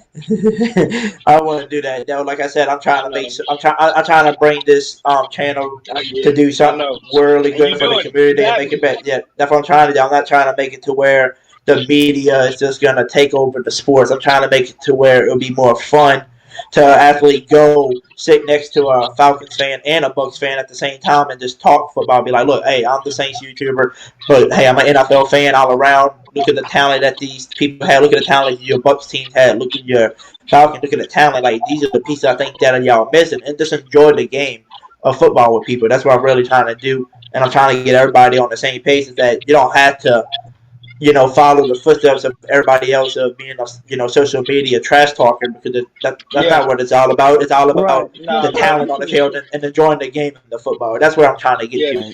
Yeah. Hey, And I was talking to somebody. I I was talking to somebody at the store today about just the art of what football really means. Football got this brute, primitive, primal exterior. This violent exterior. This physicality, but that's just a shell.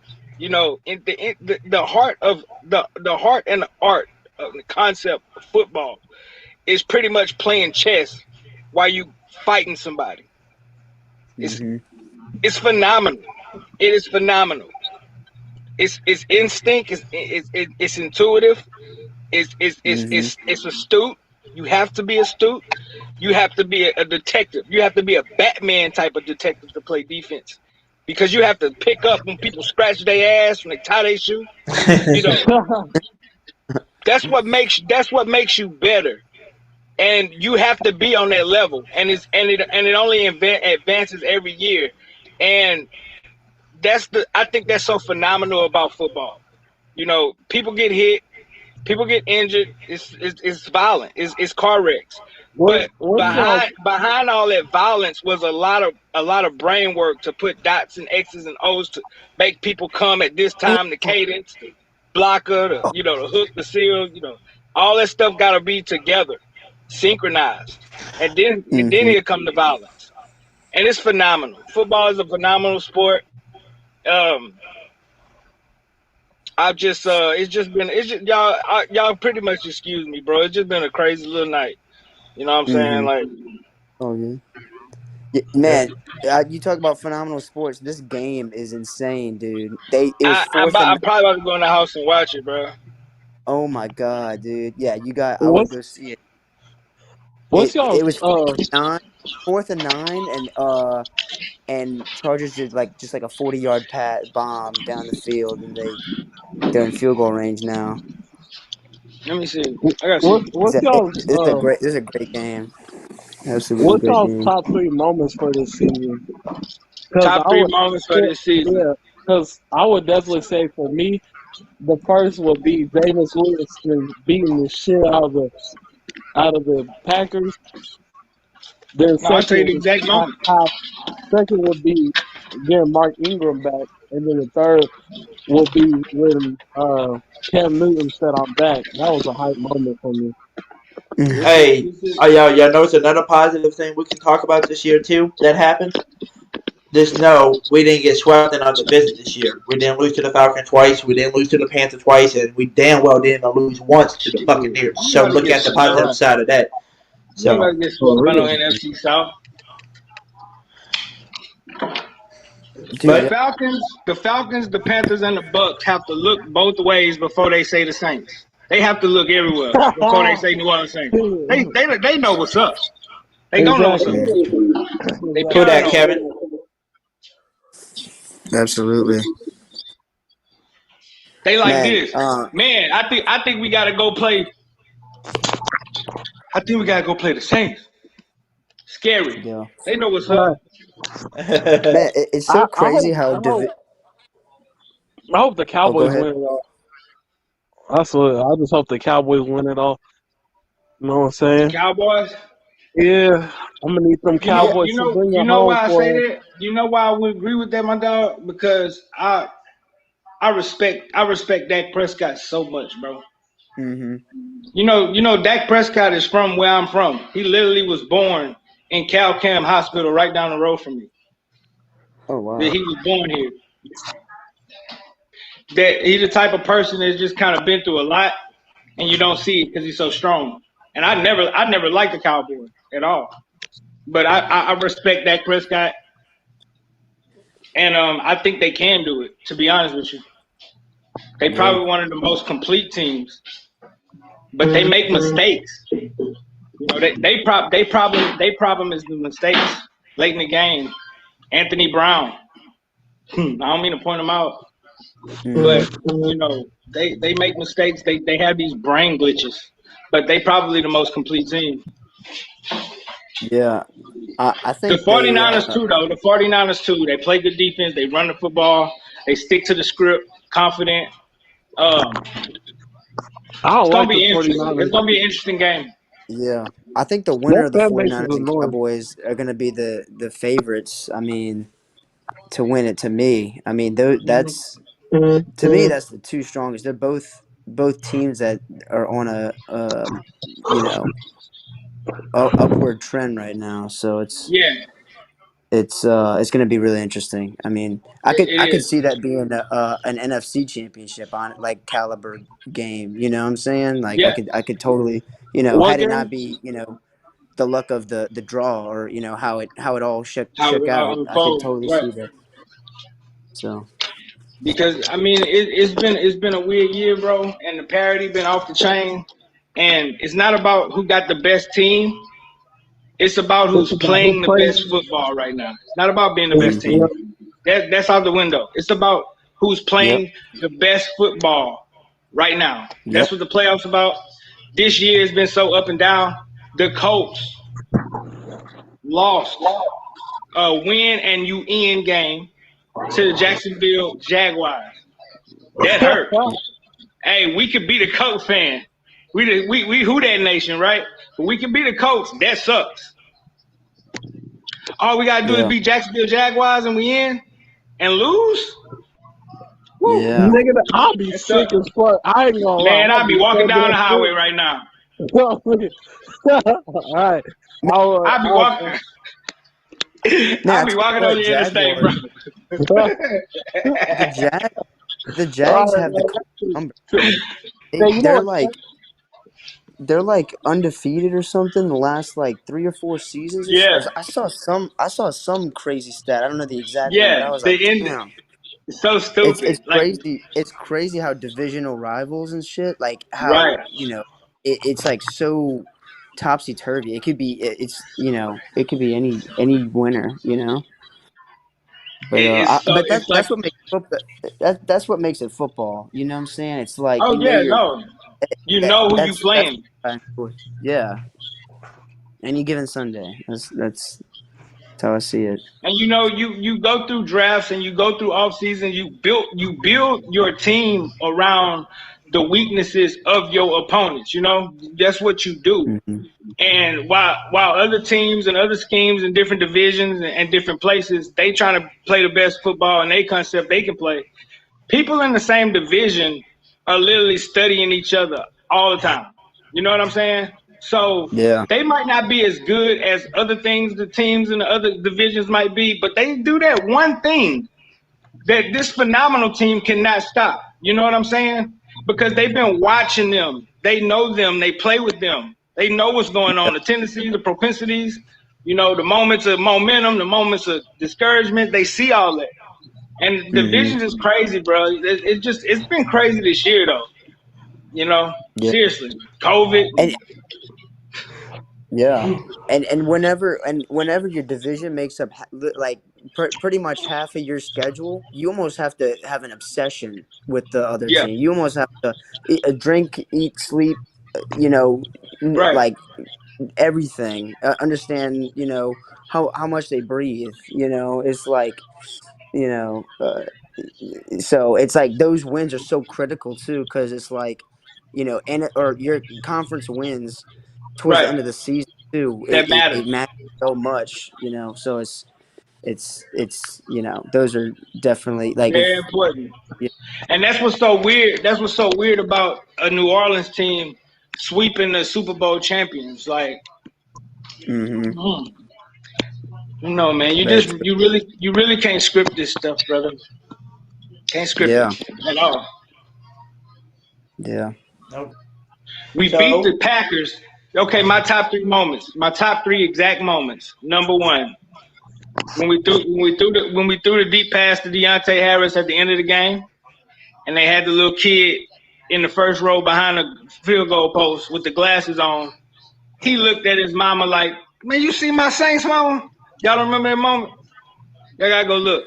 The I'm little not kid familiar. had tears in his eyes, bro. He like, "Look, my Saints. We in Jacksonville. It's a home game. We beating the Packers. We whipped the And then that Mm, pass was just so, that pass was like a moment that transitioned from Drew Brees to Jameis Winston. You know what I'm saying? yeah. And it was successful and it was high powered and the little kid was just so happy. You seen him blushing. Like he looked at his mama or who he was with, like, "Mama, you see my Saints? Like, this is crazy." Like he lit, Yeah. like he's just so happy. Okay. Second moment, PJ Williams intercepting the pass on Halloween. That's my second moment. Ooh, yeah. My third moment, which is probably the best moment in Saints football history, is CD Deuce all up in Tom Brady grill. That will live Dude, on through the annals of time. Annals that's of time. that's my Wait, which paper. one did you That's my say? What paper you on say Facebook. was your third? When CJGJ was all in Tom Brady grill. Hmm. Oh, I thought that you said that was your second. Oh, okay. No, my second is the PJ Williams interception from Halloween. I think I don't. Well, once you just count the him picking it and doing this thing in one. Right? I can't do that. I can't. I love the pick. The pick was the game. But that exact moment, bro, I'm telling you, that exact moment, I promise you, it's never going to go away. I promise you. I promise you. Hmm. You know what I'm saying? Yeah. Like, that was like taking a picture of JFK. Like that was like taking a picture of, Martin Luther King. I'm telling you, that picture will live on through the annals of time. Especially if we get a good team, we build our team, we go on a Super Bowl run, we keep competing. Look, sometimes the patience is all you need. Patience is a virtue. Mm-hmm. Things don't happen like that. They don't happen overnight. They might not happen next season. They might not happen the season after that. But when you have patience and you keep building, you gotta stick to that, no matter how long it takes. Are You y'all feel what I'm watching saying? the Chargers game? Yeah. CT, you remember? CT, What's the score? you remember? It's 32. 32. Raiders are It's, about to be in field goal position. 38 seconds left. Great. y'all think they're gonna win it? CT, What's up, brother? Oh yeah, go for you Marcus. remember when Richard Sherman was off in Tom Brady's face You still and mad, bro? said, "Yeah, same deal with that with C.D. Jordan Johnson." And on top of that, they was making fun of Bobby Abab, the radio station, because he had like a bootleg shirt that said "Try me one more time" with that pitch on it, or whatever. And I thought it should have said, "You still mad, bro?" Yeah. Hey, you know what's one of my favorite moments though this year? But you had to be at the game to witness it. It was the Bucks game, the first one. And I was sitting there and it was about to introduce the team, right? And Mark motherfucking Ingram made his return to New Orleans and that place fucking went wild. That was probably one of my favorite moments. That place got so loud, so excited for Mark Ingram.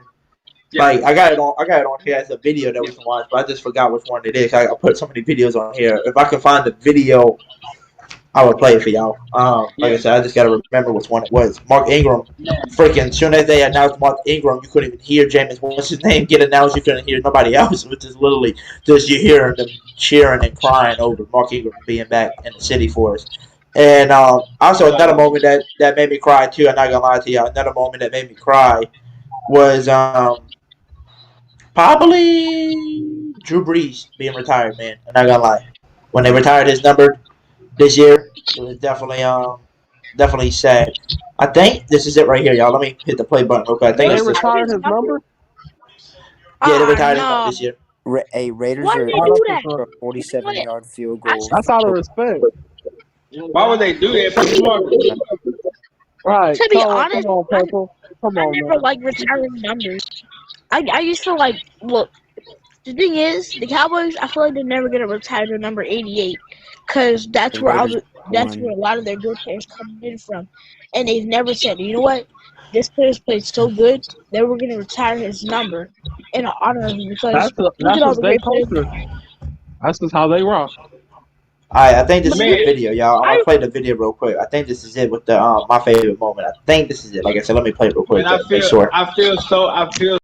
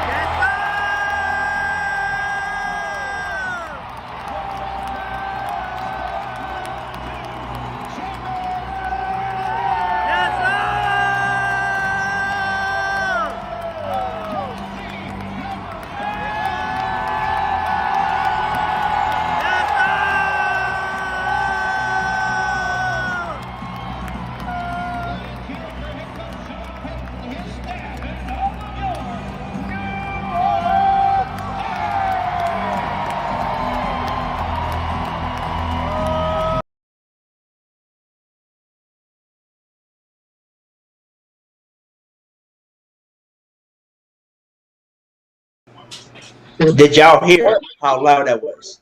How loud when Mark Ingram came out? Who was I can't hear it. who was who was You wasn't able to hear it? Jameis Winston? Because it Oh, seemed like everybody went crazy after Jameis Winston, after whoever came after Jameis. oh yeah, Kamara.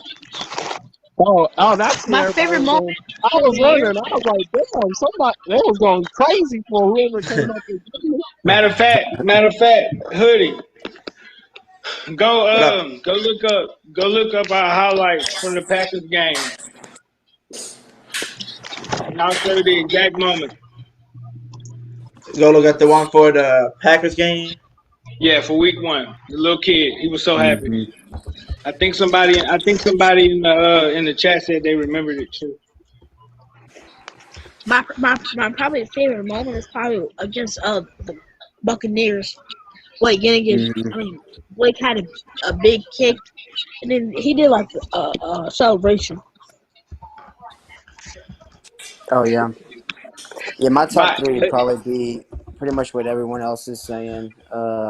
You know, Mark Ingram returning, third, and then I guess number two would be Packers. That entire game was crazy, and then the shutting out Brady, number one. I mean, Then you said it was I at put the end, right? yeah, at the end, the game pretty much was over. I think it might be the last touchdown. Yeah, I think I got it. Hold up. I ain't gonna lie, we had so many good moments, but hey, I ain't gonna lie. If you know how hyped the stadium got when AK and Mark Ingram came back, I want that same type of energy for Michael Thomas because I think we need to know how important Michael is to the team. Even though mm, people cap and be like, we should trade him and all that other random nonsense. Uh, Yeah, like he's just having, important. just knowing that you got your full arsenal, so you can really see what's going on. You know what I'm saying? yeah.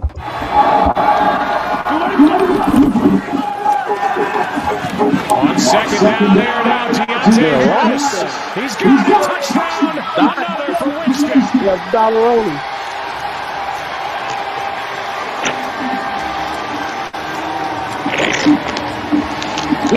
Look, you seen him? Had his hands on his head. Look, so happy, brother. I never forget it. Hey, look whose jersey he got on. Look whose jersey 13, he got cuz. on. Yes, Yep, he sir. just he got Michael Thomas. That little kid looked at his family like, "Mama, you see my Saints, man? That's crazy. You like just crazy. Like, There, he was Yep. actually he was looking like, damn. You see Jameis Winston?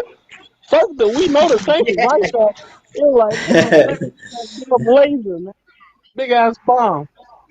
talking about pick this, talking about pick that, whatever." Right. Hmm. Niggas was on, man. People on his dick so much. It's sad. People like, oh, Jameis this, Jameis that.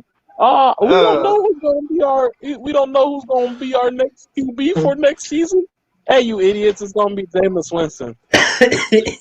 Hey, we can make a highlight video and it'll just be all Jameis Winston. Like we'll say highlights of the 2021 season, right? And it's gonna have all Jameis highlights, and then it's gonna say, sorry, the second half of the season we had no highlights because Jameis Winston was not at QB. There's the highlights for you. For real, Yeah, no like cap. to be continued. Yeah, to be continued. Exactly. Like, to keep continuing for real. Hey, but what I was about to say, man, um, that's crazy. I was just about to say something. Oh yeah, if you know Ross Jackson, he do his Locked On Saints, and he do his crossover every week for Yeah. the team, and pretty much every game, every team, a part of their analysis and part of the keys to beating us was Jameis Winston making a mistake, and you can see Ross like in the beginning, first couple games, like we don't really know. But the last game we played against the Bucks, that dude said it. I can't think his name. He said the pick. James. Waiting on him to make a mistake, and it was almost like Ross was just tired of hearing people say it. He like looked around, like being sarcastic. He was like, I don't see it. We haven't seen it. We don't see it. You know what I'm saying? Like, just shut up with that noise because none of that's happening. It's so weird. People dig on him so much, and it's sad. People want him to fail, and it's kind of weird. It's toxic. I think a lot of people that want to see him fail just ain't got nothing going on for themselves. Mm-hmm. I think it's.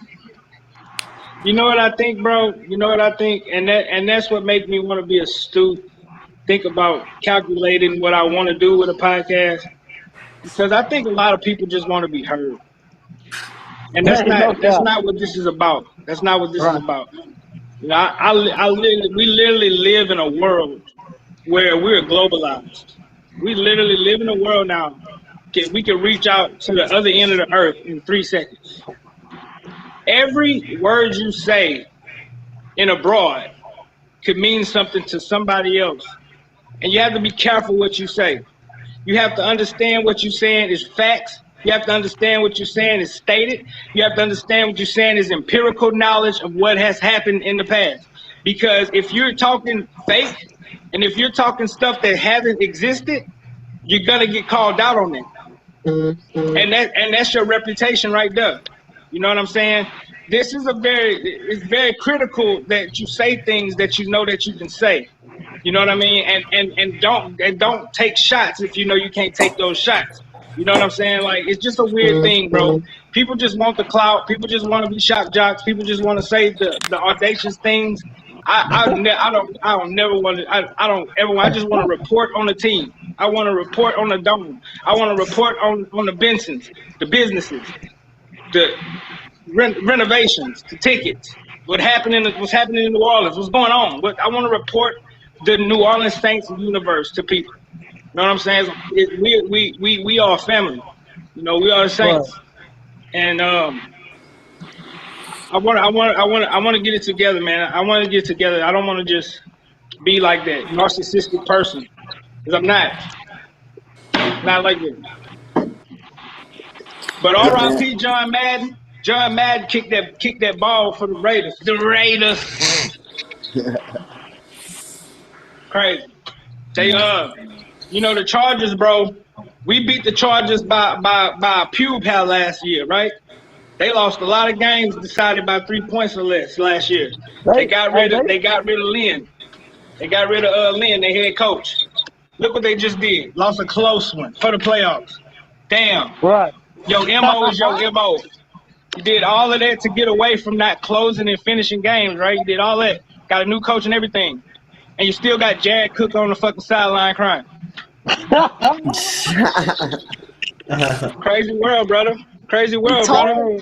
Hey, it's good to see Jared Cook cry told like them. a little hoe. Huh? I said it's good to see Jared Cook crying, because all that stuff, y'all hear the stuff he was talking about the Saints? Yeah. Oh yeah. I was like, bro, what's? I was like, nigga, how are you mad at us? But you the one that fumbled the damn season away, dickhead. He literally was like the girlfriend or boyfriend they got broke up with that tried to turn. Well, I ain't need you anyway. Shit, I got Pamela across town. You know what I'm saying? I don't need y'all. Right. Baby, please let me back. Please let me back. You know what I'm saying? Stop that weak ass shit, man. You fumbled them balls, man. Big ass. Jared Cook is a for real. He's a Jared Cook a fraud, bro. Hey, but I'm gonna tell y'all one thing. The type of tight end problems we had this year, probably would have wanted that motherfucker. Nah, I don't want to tell you. Overs. He's a fumble machine, dude. I would rather Troutman. Even if Troutman is as good as he is right now, I'd rather someone that just even a possession, someone just that catches it and just drops to the ground, dude. Because Cook, I The mean, thing about it with me I is think Jared I think Cook, you kind of over humbly not. exaggerating though, because I Cook just did, feel it's like not the like consistency. I Cook feel like the Cook consistency. right. But Cook nine didn't nine fumble times every out of play. 10, 9 times out of 10, Jared Cook was gonna catch the ball. He Right. might have So fumbled. He might have, something might have happened. The other things lead to mistakes, but 9 times out of 10, he was going to catch that ball. And exactly. I think we missed that this year vitally. I think we missed that this year vitally because we had so much inconsistency. We didn't know if they was gonna catch the ball. Yeah. You Yeah. know, every time the ball I was in the air, we didn't know. It's crazy. I definitely would have took. I definitely would take Jared Cook over what's his name, over Adam Feltman. That's for sure. I think he just has such a bad taste in my mouth. Like that loss against the Me too. Bucks. Oh man, like Oh man. I pinned it a lot on him. That loss, it was really him. I mean, I think I felt really bitter and um and you know almost put an end to Breeze's career. I feel like he was responsible for that, or partially at least. No, Drew Brees wasn't playing like Drew Brees. That wasn't Drew. That was like, you can't blame that on him. He Yeah, didn't put it He into threw Breeze's career. that's true. Yeah, maybe I'm just and it could be just and me. it no hey the psyche, bro.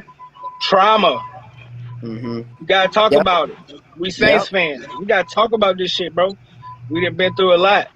Mm-hmm. Sometimes you go through so much shit that you think that abnormal shit is the normal shit. It's not. It's not. Yeah. It's not. It's anomaly after anomaly. It's mistake after mistake. It's break heart. It's broken heart after broke. It's not what you're supposed to be going through. You know what I'm saying? Yep. Oh, So whose mic is that? no, man. There might be Chris, I think that's your mic. What we got? You're making the Echo. sound. It might be your car song. Your car might be Oh, making my a beat. sound.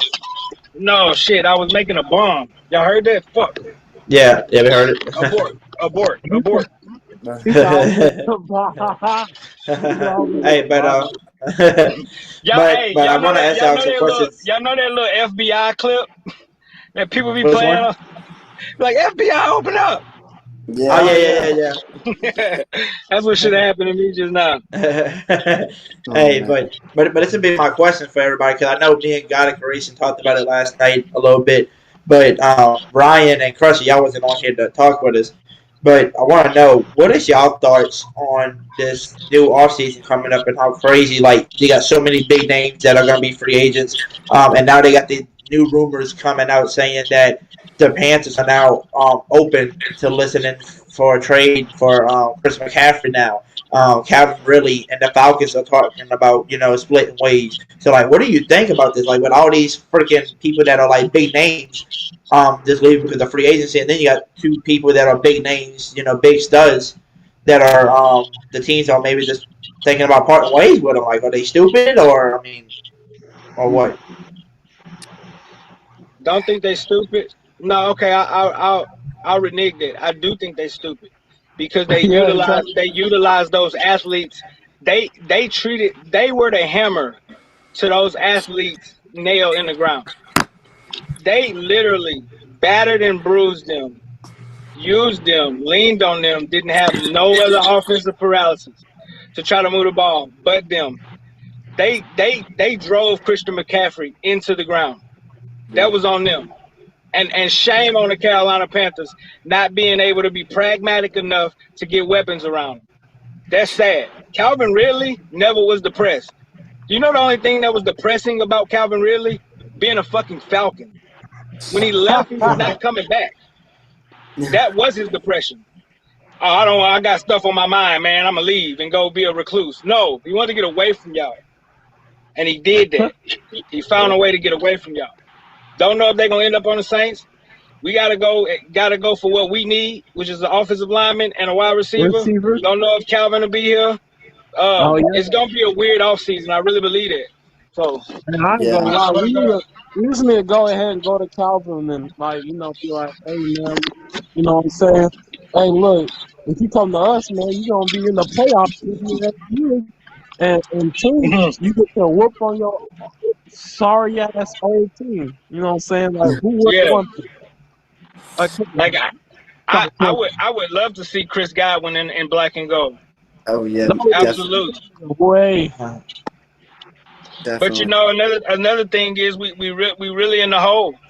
You know, Hey, that what did shit the is not a Saints? facade. What did the You know, Saints work out a way to like to give it under the cap space without having to cut out big stars, big name players. We get our big money cap space. We find a way to sign Chris Godwin. They go out there and somehow sign Calvin Ridley to a deal. Then they go trade for some last reason. Got the trade for Chris McCaffrey. Now you got McCaffrey and Camaro on the same Damn, team. You got us a freaking megastar team. We're going to the Super Bowl. I don't give a bankruptcy, damn. bankruptcy. Hey, bankruptcy for hey, one and you year. know what Only one else? year. We 1 year might to the we Super Bowl. might be we might be going to the Super Bowl, but Mickey Loomis gonna be in fucking prison by the time we get there because of Yeah, all the but drugs he done sold to pay these motherfuckers. He ain't gonna be at the Right. Super Bowl. He gonna be in prison.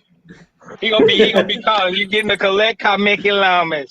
I'm from Huntsville. I'm from Angola. And they're gonna be asking that, and they're gonna be like, "Hey, Mickey, man, where's my money, man?" Yeah. They Oh gonna have man. to Look, man. I tried to get it the other day, and it's just so much going. Hey, shut up! I'll get off the phone when I want to, jackass. Now listen, man. I'll do what I gotta do, man. Got that Rosie over here begging me to get off the phone before he touch me in my butt. No, you don't want my butt. Bruh. Selling all the drugs. You're not paying all them players. We don't have no super team. We got a super brain. We will never have on a me. super team. Exactly. You So you feel me? don't We got just no got super brain. exactly. We don't Yeah. got no super. You got super brain. We the fucking we the like the talent that's disguised as addicts or mental illness because we hmm resourceful. You look at people that society looks down on because of their illnesses, because of their addictions, because of their flaws.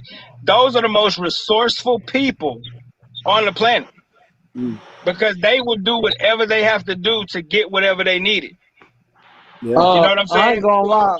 Comparing the Saints to people that got some type of mental illness or uh, a handicap is an L. I ain't No, but see, fucking. because that's a stigma you got.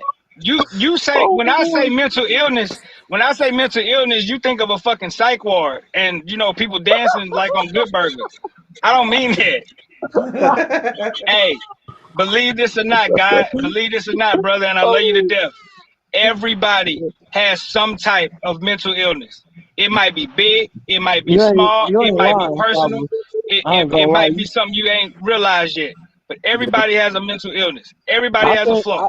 I agree. I So agree so with don't you. stigmatize it and say that No, I'm no, looking I'm at it not. like But it's just the way you said it, man. You was like, it's the New it's Orleans just kind of, crackheads. it's like ironic. You like, hey man, we like that retarded kid that be screaming in the hallway. No, no, no, no, no. I don't mean that. I mean we like the hustlers on the beat. I mean we like the people walking on the street gathering change and hitting licks to go get shit. That's what we are in the league. Like we're Resourceful. resourceful as fuck. Like we use our brain more than anybody in the league. People got money. They go out here. They make stupid decisions because they just convoluted with finance, convoluted with grandeur. They think their money is gonna save them, but they don't understand that they never was smart enough to be a good organization in the first place. That's why they keep making the same mistakes. That's why you keep having the Jacksonville Jaguars hire the same stupid coach. The Jets, drafting quarterbacks and getting their ass whooped. The Bears having, first round draft picks getting their fucking neck knocked off. You're gonna have these because that's a mentality. That's a mentality that you literally have to extract from that brain. hmm And that shit takes Right. lifetimes. Life fucking time. Very true. You Hey, know what I'm saying? I have to go in a bit, but I guess real quick, and I'm gonna elaborate more on like future episodes and stuff whenever I'm talking. But I guess right now with the off season, the way I see it, what we have the 18th pick, I believe, is confirmed. Yep, Um, 18. and to me, I feel like I feel like the top three receivers between Olave, what's his name, Wilson, and Williamson and Williams. and Burt, or what is it? and Traylon. yeah, Traylon Burks. Between those three, I'd be happy with all three, either of them. Please. And Hold on, but I think that's the best value we get. I don't see us going for quarterback in free agency. I don't think. no, but you're gonna be shot though, I Ryan. think You're gonna be shot. It's gonna say in the 2022 NFL Draft with the 18th pick, the New Orleans Saints had drafted Hoodie Jube from YouTube, man. And they're gonna be like, "What possession does he freaking play? Oh, he plays everything. He's a Swiss Army knife." That's what you're gonna hear. They gonna show the fans looking abysmal and confused and fucked up and cursing at each other. They gonna start fist fighting and shit. It's gonna be crazy. Hey, but y'all in the background, y'all gonna be like, "Yes, they drafted Hoodie Jube. We can get Mel this one Kiper gonna be like, We're gonna good get kid, the seats." good. Mel Kiper gonna be like, good kid, good goatee, good mic, always on time. Gonna be good for a Saints. Gotta be productive. Gotta do something. Gotta be on a 10, 15 year career. Hey, that'd be a good intro. That'd be a really cool intro to do. It would. For your videos. That'd be Yeah. like first. That'd be awesome as fuck. Hoodie Jube. But you know the Saints, the fucking Saints, like my boy TJ say, they go to the fucking swamp and go talk to fucking Doctor Strange and go to the Amazons and find fucking athletes living in huts and shit that they want to bring over here. Like they just some special, extraterrestrial type of fucking person. Like they smarter than everybody else. Like they don't see what we need. They go see some other shit that's just beyond everybody. Nobody needed Peyton Turner. Nobody. At all. And I feel like this year's. I think we did. Nah, we don't need him. Everything got a purpose. Everything got a purpose. If we needed him, he would have been there. Everything got a purpose. Promise Boy, you. he hurt. We don't need him. We do need him. No, we don't. Yeah, we do. And they got a lot of obscure draft picks a lot of times, but yeah. When Cam Gordon goes, when Peyton Turner turned up. Hey, Cam gonna be gone by 2 or 3 years. Cam got a lot left in the tank, bro. I ain't even worried about that. 2 or 3 years. I promise you. That ain't no damn. That's a damn quickie. That's enough for me. That's enough for me. Well, yeah, but the draft pick, I think the draft pick was crazy. But I'm gonna let y'all talk because I really, you know what I'm saying.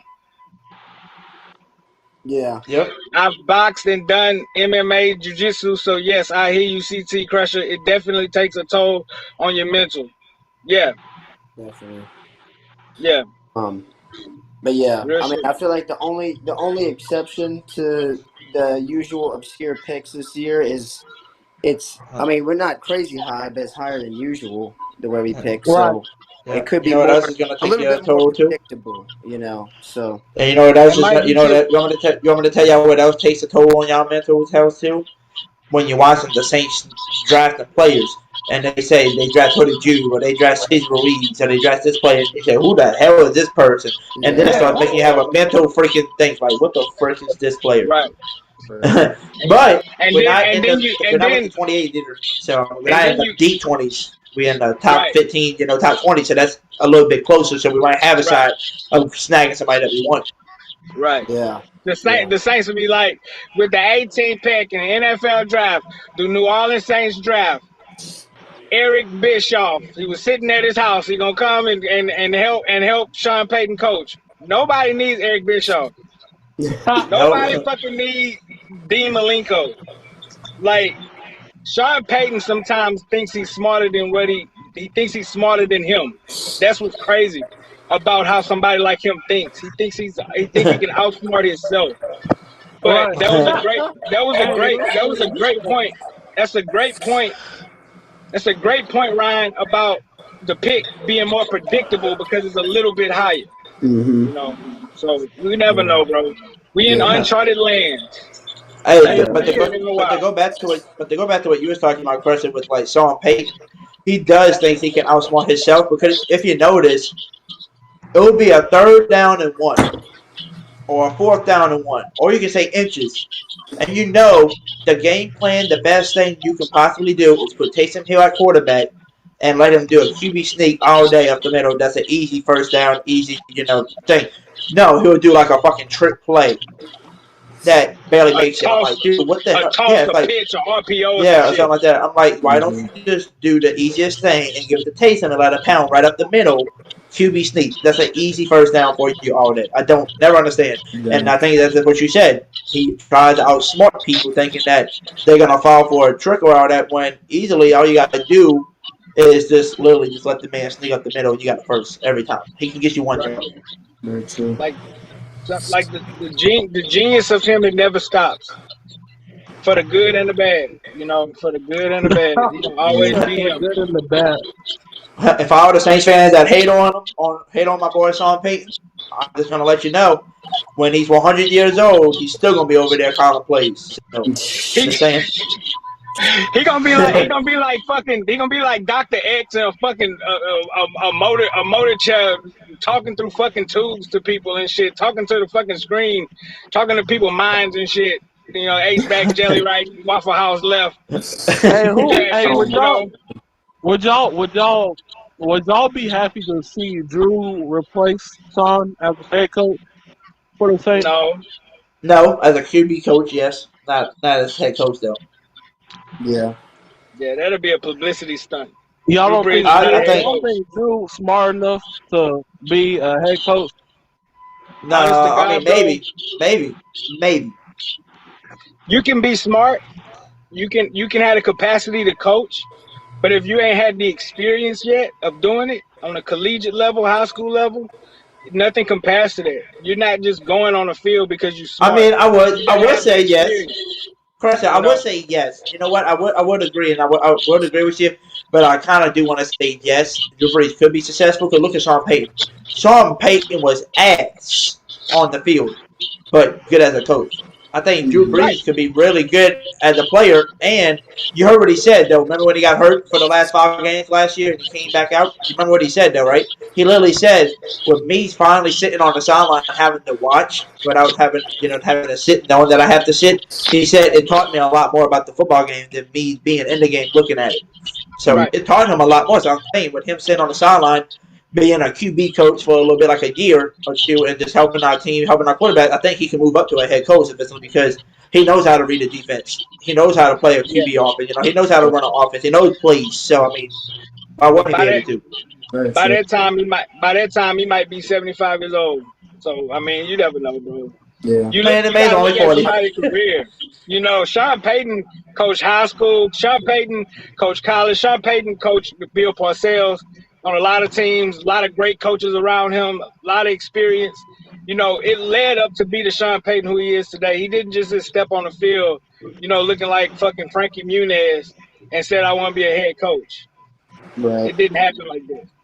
Uh, So I'm gonna I don't know, brother. sign off for tonight. Y'all have a great night. All right, man. You have a Bye, great brother. night too, All Brian. right, you All too, right, man. man. Good talking to you, man. Hey, who that? They're talking Do that to about who you. that. Who that? Alrighty, that was Mr. Ryan, y'all. So, like I said, he's always gonna be on here, especially during the off season. We're gonna be talking about different stuff. But right now, Crusher and God of Creation and Purple Marcus, and we're gonna start with you, Crusher, and then we go to God of Creation and Purple Marcus. Try to not cut each other off. While we're talking, let everybody have their chance to speak. But this would be my question for you, Crusher and God and all that. But we're gonna start with Crusher first. My question would be, during this off season, with all these different receivers that that will come a free agent, Chargers, Mike Williams, Chris Godwin, um, Calvin Ridley now, I think they said Scary Terry's another one. So you got like a lot of big names, Odell Beckham, you name it.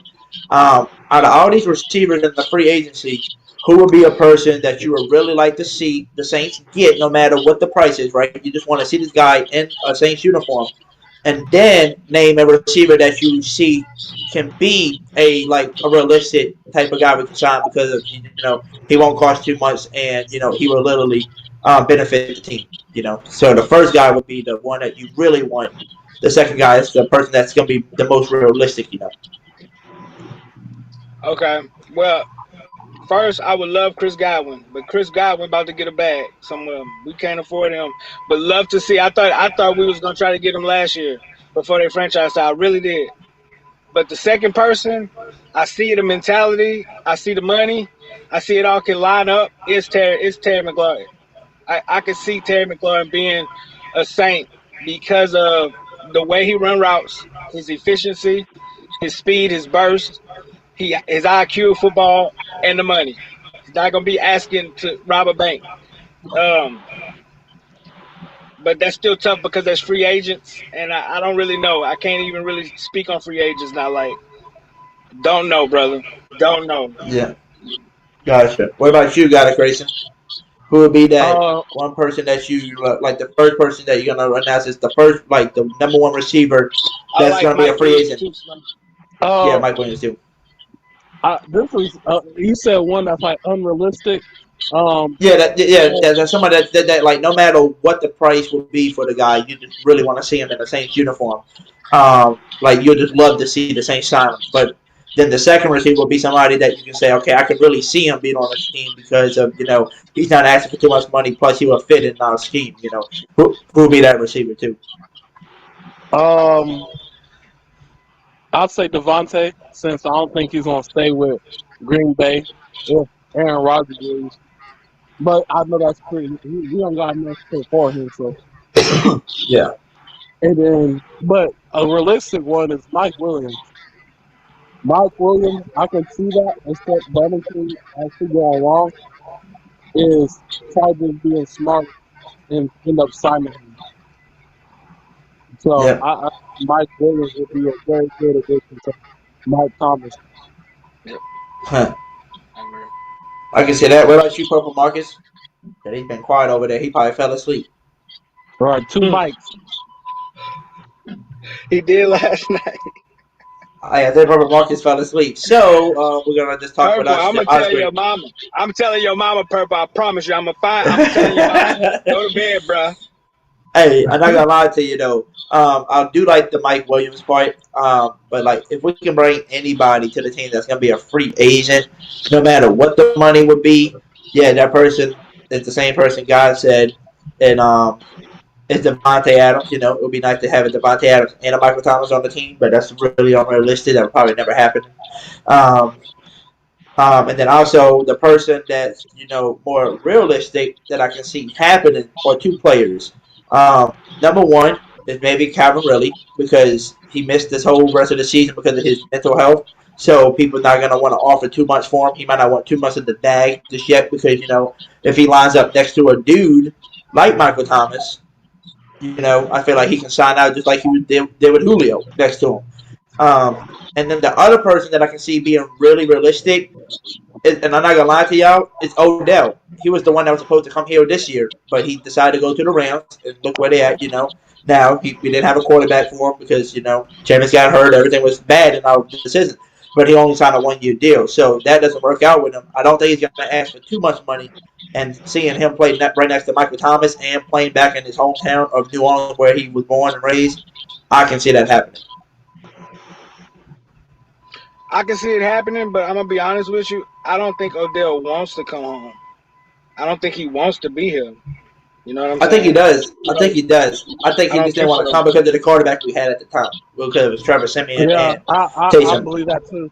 I don't think he wanted to come because of the quarterback situation. Yeah, because he knew he was better off with a Matthew Stafford and the Rams right now, knowing they're going to make the playoffs. With us, he didn't know we were really going to make the playoffs. Like, I wouldn't go to a team either. I'd be like, okay, look, New Orleans Saints, look, I know y'all offered me the money. Let me go do my shit with the Rams, see if I can win a Super Bowl with them. And guess what? I'm only on a one-year deal. Now, next year when y'all find out who your quarterback is and y'all healthy, I'll come back and re-sign to my hometown that I really would love to play for. Some dude said Sammy Watkins. Out of everybody, you would want to see Sammy Dan That's saying someone. That's saying someone.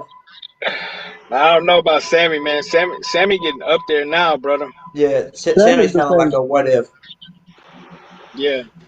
But let me look at the free agent receivers again for y'all. I'm gonna look at the free agent people again, and I'll tell y'all some big names that we might can look at because I got it pulled up already on here. Let's see. Okay, never mind. This is quarterbacks. Hold on. Switch to my receivers real quick, and I'll tell y'all right now who the hell we can pick. Oh yeah, we totally forgot about Allen Robinson, y'all. Allen Robinson's gonna be a free agent. Oh yeah, remember TJ's pick? Got it, Grace. Remember TJ's pick?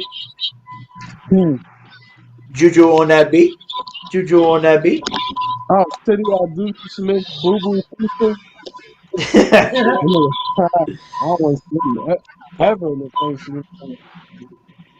What about Jamison Crowder? A lot of people said he ain't that good, but I think he is pretty decent. A pretty good, solid number 2 receiver. I want a number No, 2 receiver that can be number 1. Hey, I somebody like did I mention like that. DJ Chark. I like that Mike Williams concept because Mike is a big person. You know, he got that coasting, that Devery Henson type of body. You know, that long body. You feel what I'm saying? Pause. He's just a big guy. You know, get up there, catch the, you know, get higher at the point of the ball, make them tough catches. And Sean has always loved that. Has always loved that you know, the big quad. He got a type. What And that's his about type. Mike Williams what is definitely his about type. what about Michael Gallup? I Out of think all Michael gonna of them, cost too much. Michael's not too. I think it's just he's just not. He's not that. It's like if you're getting somebody who you really want, I'm not taking him over Mike Williams. Promise me. I'm not taking Michael. I'm not taking Michael Gallup over Mike Williams. Well, this ain't good. This thing says Deontay Harris, Traquan Smith, Jawan Johnson, and I can't remember if it says somebody else. It might have said somebody else. I don't know. Maybe I missed them. But yeah, I think those 3 or 4 players are going to be undrafted free agents next year. Well, not undrafted, but they're going to be a free agent next year. So Deontay restricted. yeah, he is. He's you're right. Dude, somebody said Sanders is a free agent. Man, we're not bringing back Christian Emmanuel Sanders. That's And like then Hey, Vince that's why I McMahon. like that. That's like Vince McMahon saying, "Hey, Undertaker, you got one more match in you?" Right. Oh Hey, fuck, I think so, Vince. hey, Fuck, man, leave me the fuck alone. hey, y'all, how scary would it be to have Michael Thomas back? You go do a realistic free agent signing and get a Mike Williams to give him the money that he wants and help him out and let him come out with the Saints out. And then in the first round of the draft, they go get a dude, Traylon Burks, that's 6'3" and big and physical too, and can do anything. And then you still got Deontay Harris to play with around. You still got Callaway. Like, that's a scary team right there. 3 big men. You got a Mike Williams, a Michael Thomas, and Traylon Burks.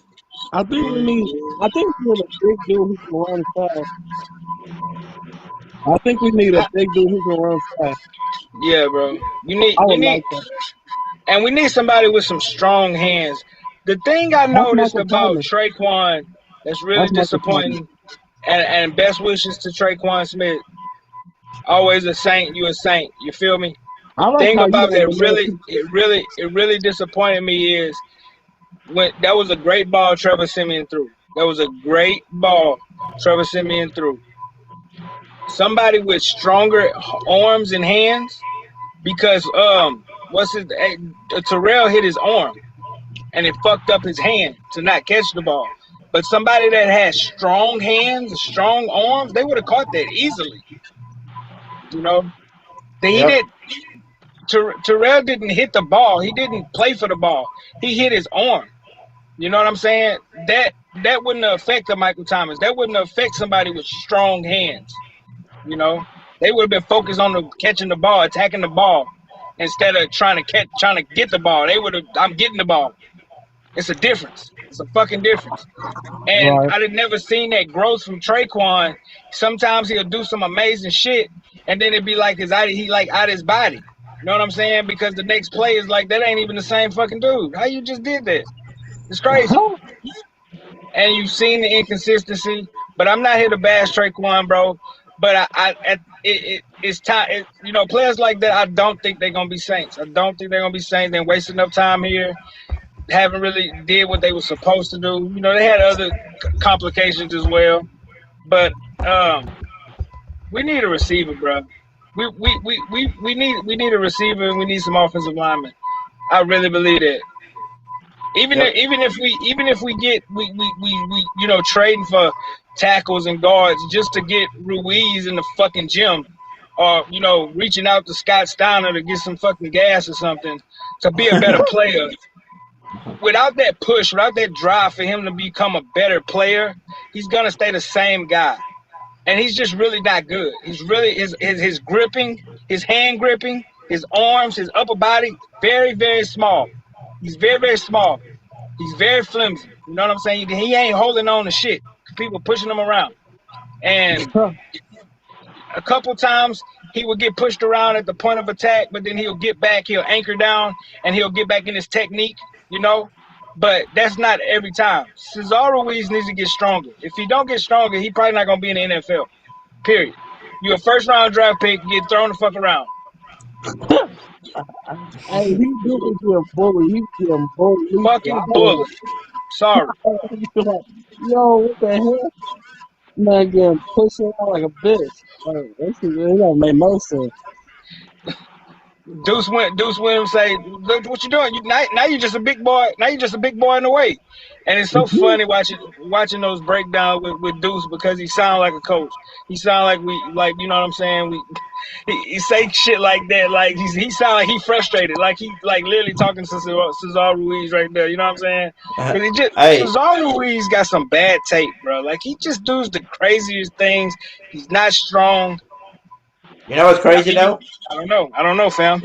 But you know what's crazy though? A lot of people couldn't really talk a lot of shit today about Ruiz though. You might have had like maybe one bad play I think he had. Everything else was pretty good. His screens today was pretty good. He was out there in the right spot. His running block was really good today. So I mean, you couldn't really complain about him today. Yeah. Cesar Ruiz, you couldn't really complain about him at all today. But like we always talk about, you can't base a player's performance off of one game. And you can been progressing over the last couple of weeks, then maybe. But I mean, he did have a good game. Like I said, I think our offense really was had a click. I think our offense really had some click today. And also, this would be another question for y'all. What if Cesar Ruiz ain't really that bad like everybody think he is? What if he's just looking worse because the O-line's not helping him out, so he's trying to watch, double the shit? Because if you don't have the people that's going to be blocking, so you double guessing the shit. You're like, hey, I'm supposed to get this guy, but I know this dude's about to beat my fucking right tackle because this ain't for him. This ain't the dude I can trust and I can focus this on this guy. He's basically watching the whole thing because he was the only starter. Everybody else was out. You didn't have McCoy, you didn't have Armstead, you didn't have Pete, and you didn't have Ramchick. He's basically your starter. So excuse for me because it's like you gotta do your job before you try to worry about somebody else's. And don't forget, he is playing guard too, like Wu said. He ain't playing in center position. Especially when you blocking in man. You blocking in zone. You're trying to get to points. You're trying to get to second level. You get into angles. But when you're in man, that's man time. It's man time. The person in front of you. That's why we had success in the second half last week because we was complicating the offensive line by trying to run zone fits, and they wasn't communicating, and it wasn't working out. Yeah. So it was like, fuck it, we're just gonna go back to man, punch him in the mouth, and we did a little bit better. Yeah. Don't forget about zone too. Yeah, I don't know what he looked fine today. He didn't have one of those moments. He did. Yeah. I ain't gonna lie. I was trying to say though is that like when you don't have your starters next to you, like the people that you can rely on, like Ramchick and all of them that can do it. What if Ruiz wasn't really the one missing the call? What if he knew, like, hey, I'm supposed to guard this dude, but the dude that went through wasn't really his guy? What if it was the other dude that wasn't a starter? He didn't know what he was doing, and then it made Cesar Ruiz look bad. We don't know. We just looking at the picture saying, oh, why did Cesar Ruiz let him go through? But what if his thing was supposed to guard this, and the dude right here in the center didn't do his job, or the right tackle didn't do his job, so it made Ruiz look bad? We don't know. We're just looking at what we see on the field, and people are getting mad. But until you have the O-line healthy again, and everybody's healthy next to each other, and you see the line and you don't hear no problems, but then that's why he needed his help. It's just like, a quarterback. You can't bitch at a quarterback who doesn't have receivers to help him. Yeah, and communication is key. Communication is very key. Like I told her the other day, Like, you know, an offensive line is a very brute and big ass, you know, hungry, nasty motherfuckers. But at the same time, they really like an arm. They literally like one extremity, and they move at the same time. They got to know what each person is doing. They got to be uniform. They got to be smart. And we had a lot of brain farts. I think when we played the Eagles, it was some crazy stuff going on like that. Like communication was bad. The offensive line coach was getting in the wrong fits to the offensive line. You know, people was out of place and stuff like that. So that happens. But what I see from Cesar Ruiz, even in man, even in regular technique, he off the ball high, his hands outside. He not trusting his hands. He not gripping. He hardly can anchor down, because before he can even anchor down or even step lead or whatever, he's literally getting blown up. Before he can even get into his technique, he's already like this. You know what I'm saying? He already like this because he high off the ball. He high. His technique fucked up. He's small. I'm just saying, real shit, bro. He gotta get in the gym. Real shit. I wouldn't say he's small, but he definitely, his technique is fucked up. Man, look, bro, that man small to be on the offensive line. I'm telling you, he's small. And he's not powerful. He's not powerful. You said he's small? Let me see how much you weigh. Let me see. He might weigh 240 pounds. He might weigh 260 pounds. It don't matter. His arms are small. He's small. His arms are small. Man, go look. Look, I ain't trying to check out Cesar Ruiz like I got a crush on him or something. Go look at Cesar Ruiz. A small person, bro. God creation. Just go look, man. He's a small guy. Big as fuck. It don't matter. He's still small. No. He's not big. He's not big. He's not that big. Just look at this. I'm only 6 foot. I'm over 300 and something pounds. Cesar Ruiz weighs at 315. I think I weigh more than Cesar Ruiz, and I'm not that big. Like, if you look at me in person at 6 foot, I don't look that big. Like, I might be bigger than most people because they skinnier. But if you put Cesar Ruiz next to me, he might be taller than me, maybe, like 6'3" or 6'4". But you put his 315-pound self being taller next to me, you're gonna be like, damn, how is Hoodie Jube bigger than you? And that's what I see. You know, I played line, I played defensive line, I know football. I've seen it. I see it for myself. He hasn't been in a strength and conditioning regimen like he needs to be in the NFL. He has not been doing what he needs to do to be in the NFL. He got people that's undrafted. You got Throckmorton. Hey, thank you. You got Hurst. I'm glad Wade said that. You got all these guys coming in the game that hasn't been drafted that literally can tug people. They can push. They can seal. They do what they can. They make mistakes too. They haven't been good by a long shot. Like but Cesar Ruiz gets violently pushed off his spot all the time. That's exactly the problem. You say he's weak and small, but guess what? He's built like a damn center. He's not built like a guard. And guess what? He's playing guard. And he might be built like a center. But what if his brain? Listen to me, cuz. What if his brain is not a center? Man, you gotta be smart to be a center.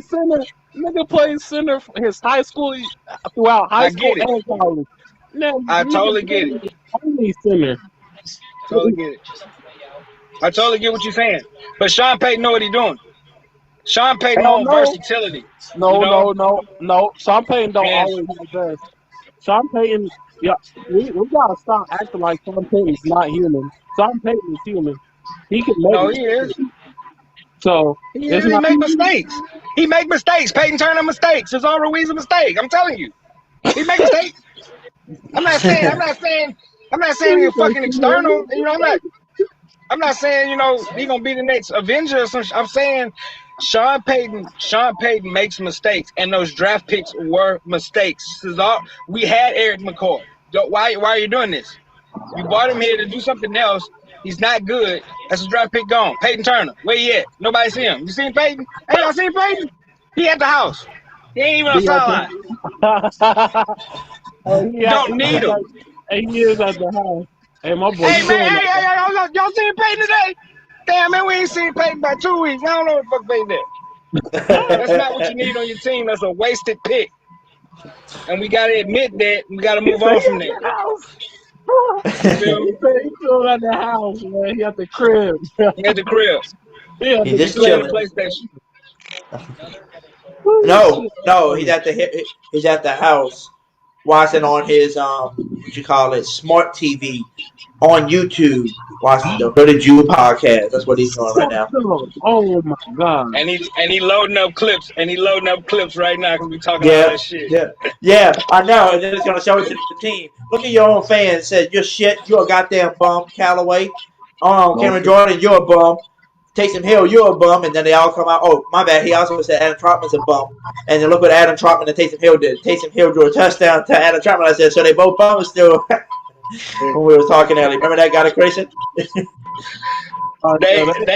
They not. Look, I'm gonna be honest with you. I'll never call an NFL player a bum. I hate when average fucking people say bum. You're not an NFL player. That guy right here. You are not. That guy right here. Do not know what it means to be an NFL player. You can't call that man a bum. That man is an athlete. He might not be good, but you don't call nobody no bum. You feel what I'm saying? I don't do that.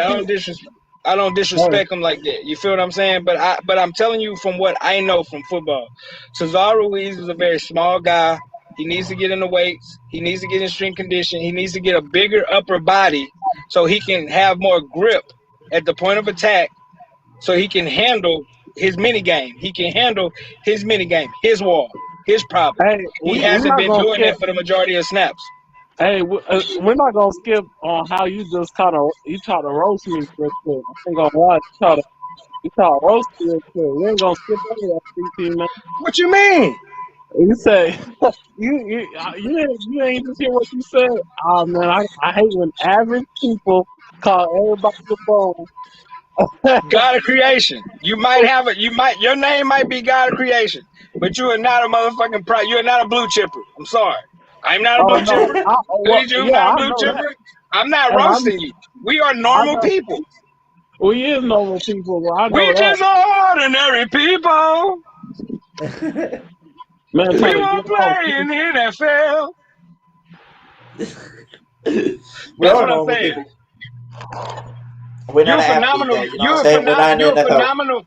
You're a phenomenal guy, and I love your attitude and I love your energy, guy. But I don't mean to call you normal as if you're inferior to anybody. I'm saying we are normal people. We're not big people. You feel what I'm saying? Exactly, and to people to be in the NFL, that's athletic no matter what. Big, small, muscular, ripped, trim, whatever. You athlete. And so I don't like to call people bums because that's just crazy. You know what I'm saying? Because they can whip my ass. Yeah. I would have to get the Glock 40. Hey, no, you know what I'm saying? Yeah. So, which I wouldn't do because I don't do no gun violence shit. I'm just talking shit.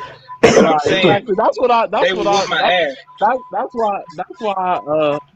I just talk shit when I call people bums. Like, obviously, I know, like, if you in the NFL, you obviously not a bum because a lot of these people that be trying to get to there ain't good enough, and they gotta go to the CFL, XFL.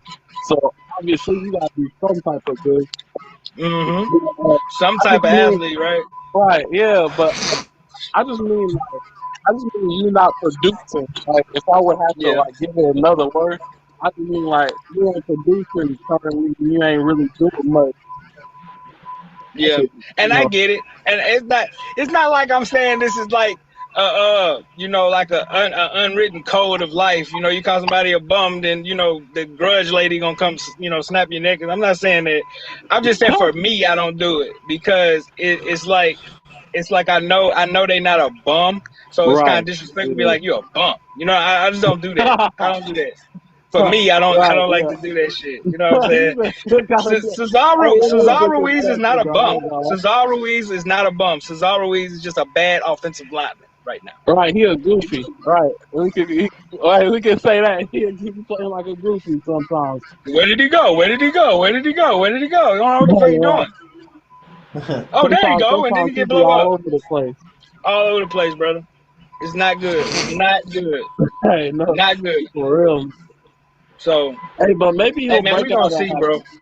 Maybe he'll break out of that habit. Who knows? I mean, I think, like I said, I think if he get in the gym, man, he might be like, hey, look, on your mother, hey, oh, man, I know you had the performance enhancement, dog. Shit, I could get on it right now, and I could be out. I could get it and be out by for the first drug test for the season. Holla at me, do I something. think they said something. I think if I'm not mistaken, I think somebody said something about that. I think they said this off season, Cesar Reese took like added 20 pounds of muscle this off season compared to last year, if I'm not mistaken. But if he's only 315, he must have been 295 last year. I don't see Right. it. Yeah. I don't know. Maybe he gained muscle in his fucking big toe, but it's not in his arm. It's not in his hand. Hey, he said It's his not big where it need to toe. be. Not where it need to No, be. hey Woo, you should be saying that. Now you're gonna get my boy Crusher in his feelings and get Oh, him. Uh-oh. I ain't gonna get Woo, my feelings, bro.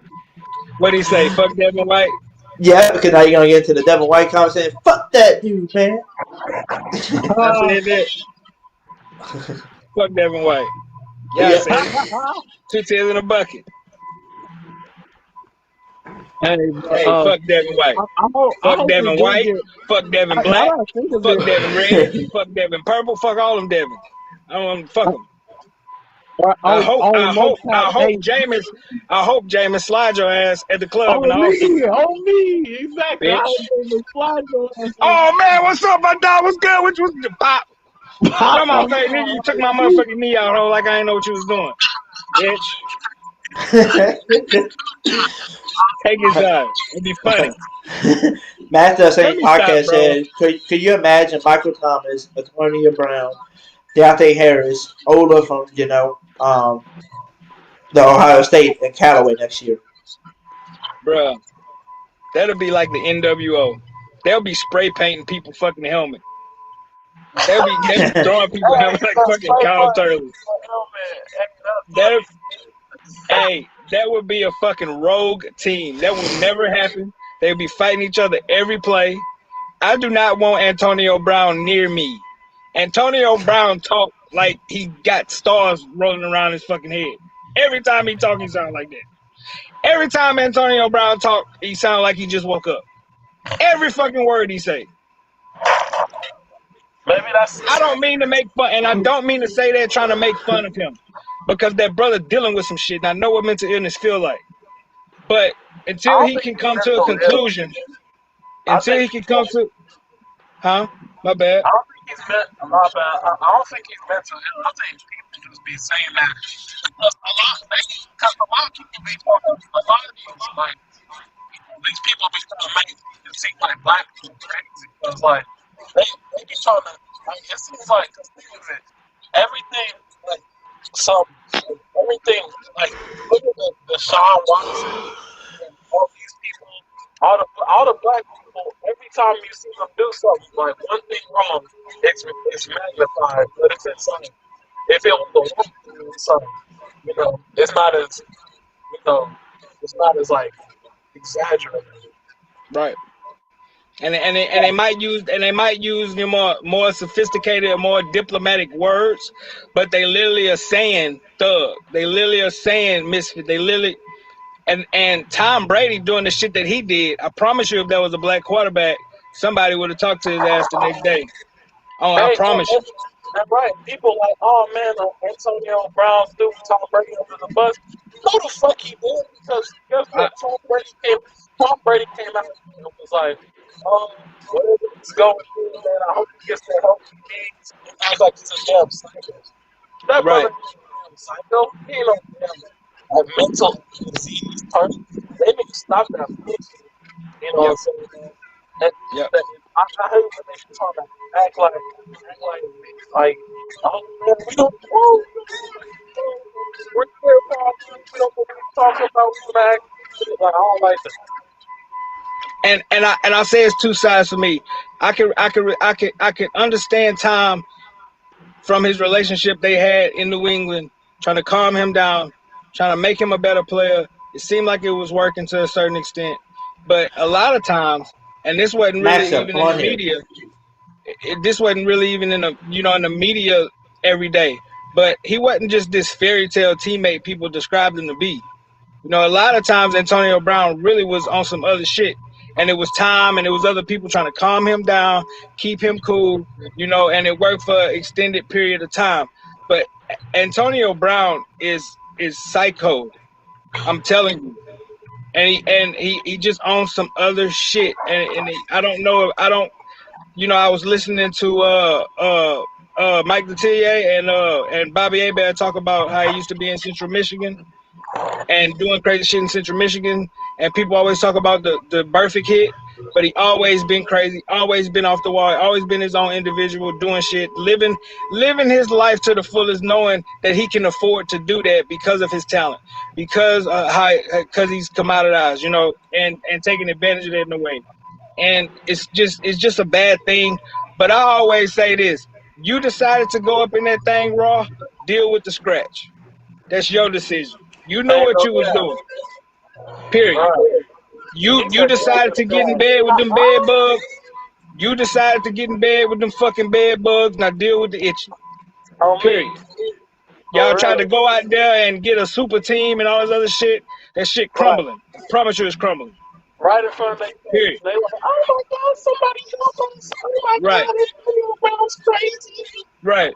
And then you get, you know, this the real inside about that whole thing, bro, which is bad on both sides.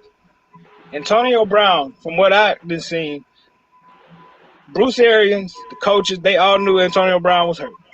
All knew his ankle was hurt. This was not no, you know, all this shit that came out after the game. We didn't know when we got protocol. That all was a lie. They knew that. They absolutely knew that. Okay? What happened is when he decided not to go in the game, Bruce Arians lost his wit and started doing stupid shit to him. And you don't talk to Antonio Brown like that. You don't do all this Undertaker shit and all of you done. You don't do that to Antonio Brown. You just don't. You don't really do that to nobody, and that's bad on Bruce Arians because, you know, that's just the type of fake ass shit that he do off the camera. You feel what I'm saying? That facade of being a good person.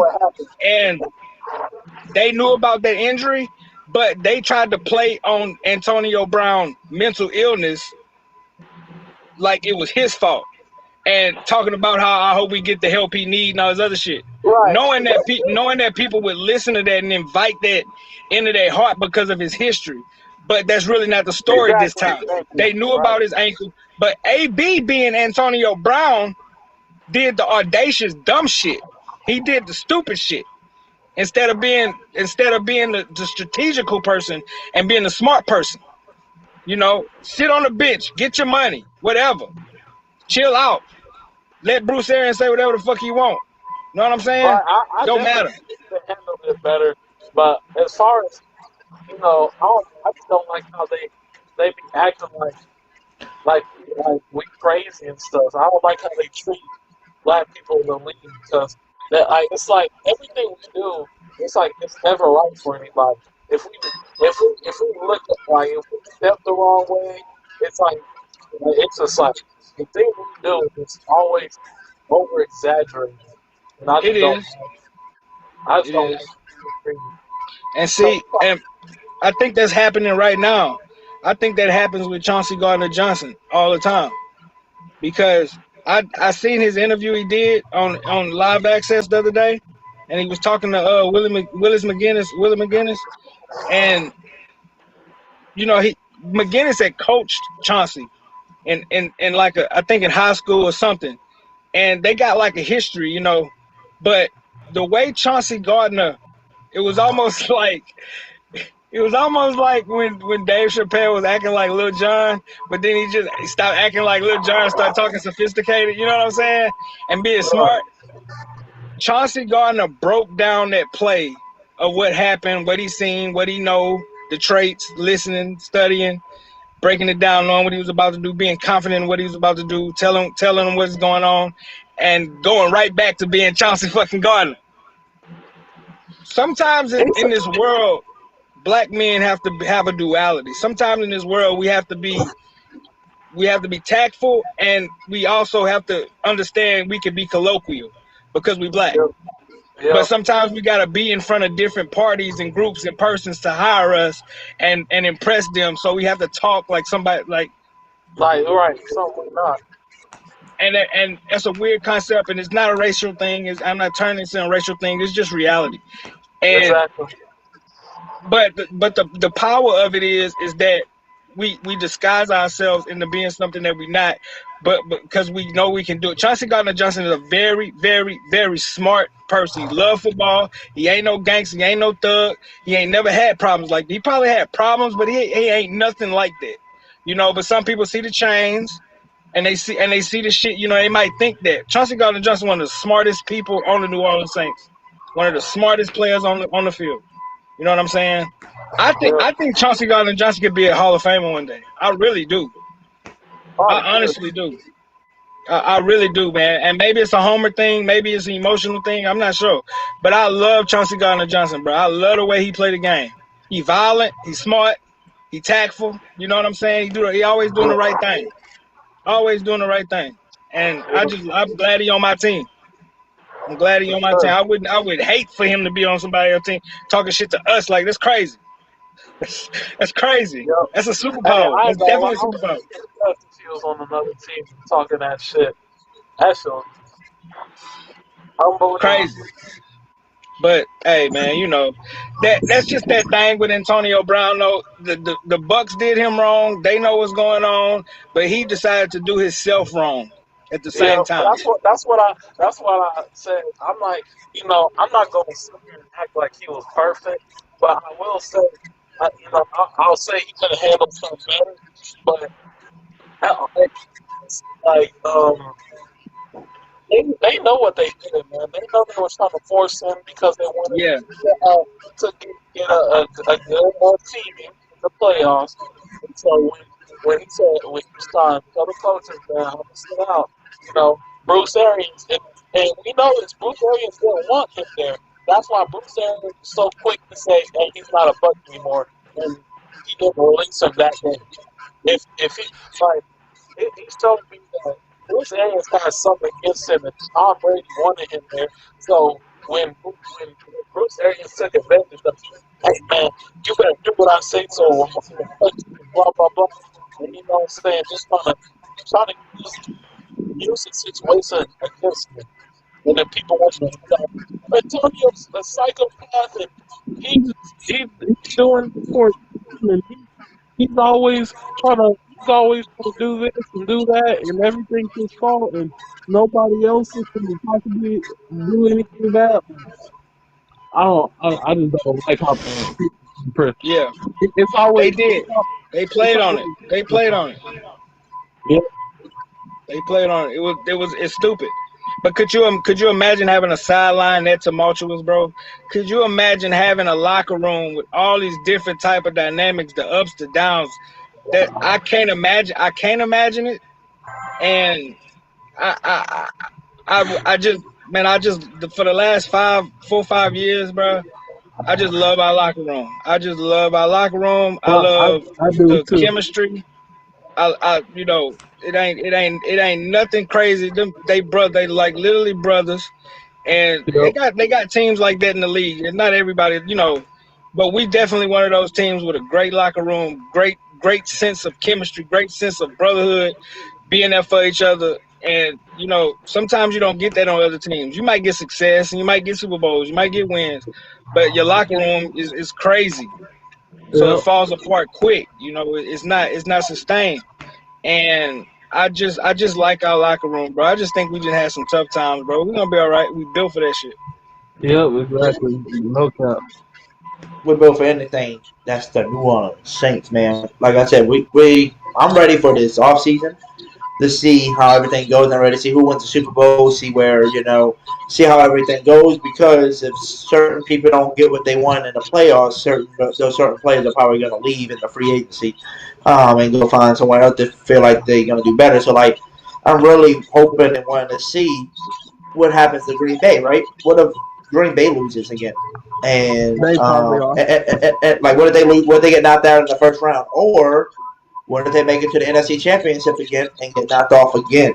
What will Roger do? Will he stay because they made it to the NFC Championship again, or will he finally just give up on them and just leave like he said he Will wanted I to? stay or will I go? I don't know. That's what I'm saying. If Rodgers leaves, that means Devontae Adams is leaving, and he's gonna follow somewhere. He's gonna follow Aaron Rodgers to where he's going, or he's gonna do the other option that I heard where he might go play with Derek Carr, because I used to be his old teammate in college. I didn't hear So I that. mean, Yeah. so we'll see. We'll see though. Like we said, we don't know until the playoffs happen and we find out who makes it to the Super Bowl and who wins it all.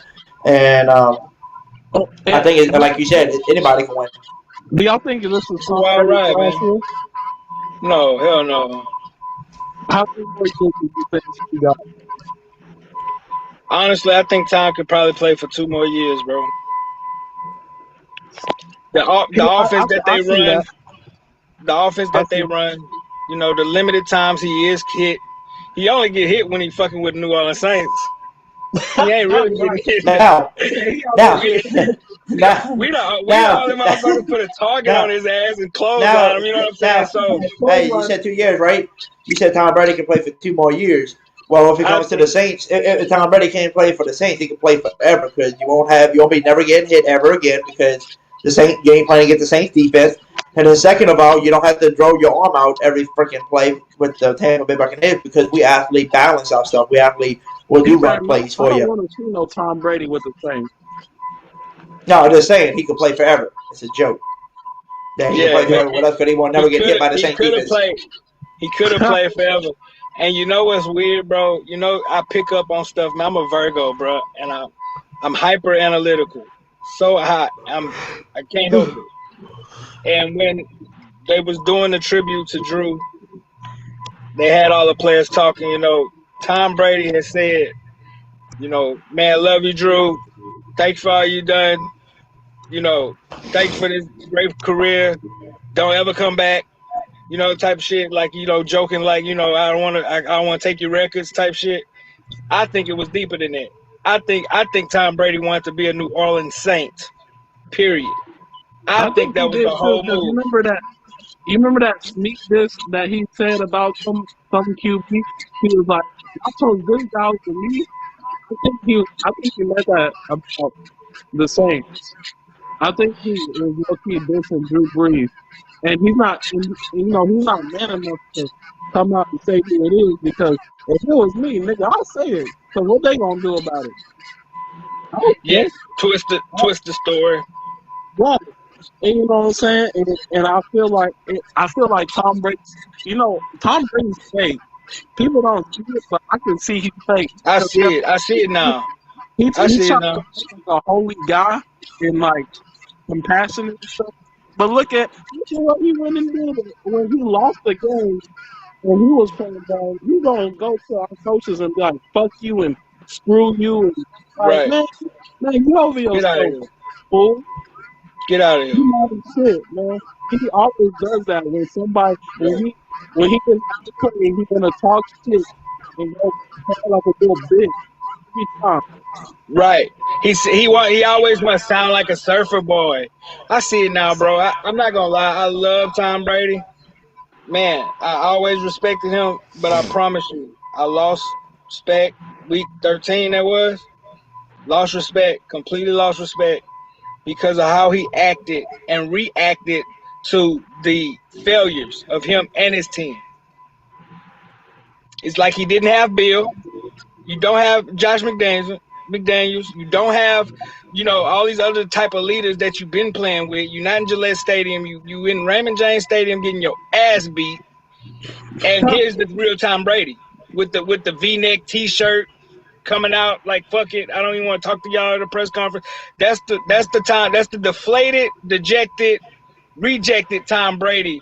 And I'm glad the world got to fucking see it before he retired because he is a facade and he had me fooled for a long time, but he's not that person. He's not a surfer boy. He didn't have Botox in his fucking jawline. He looked like he's 14 years old. Tom, what you doing, Tom? What you doing? What you doing? You doing something. You walk in your house and your face wrinkled the fuck up. You got something going on, Tom. I'm telling you. Somebody else is behind the scene. I'm telling you. Yeah, Tom Brady walk in his house and turn into a fucking gargoyle. It's so crazy. Probably Like less. Tom Brady got that type of, you know, calculated mind that he could be somebody like that because he fakes everybody out. He fakes exactly. everybody out. It's so nuts.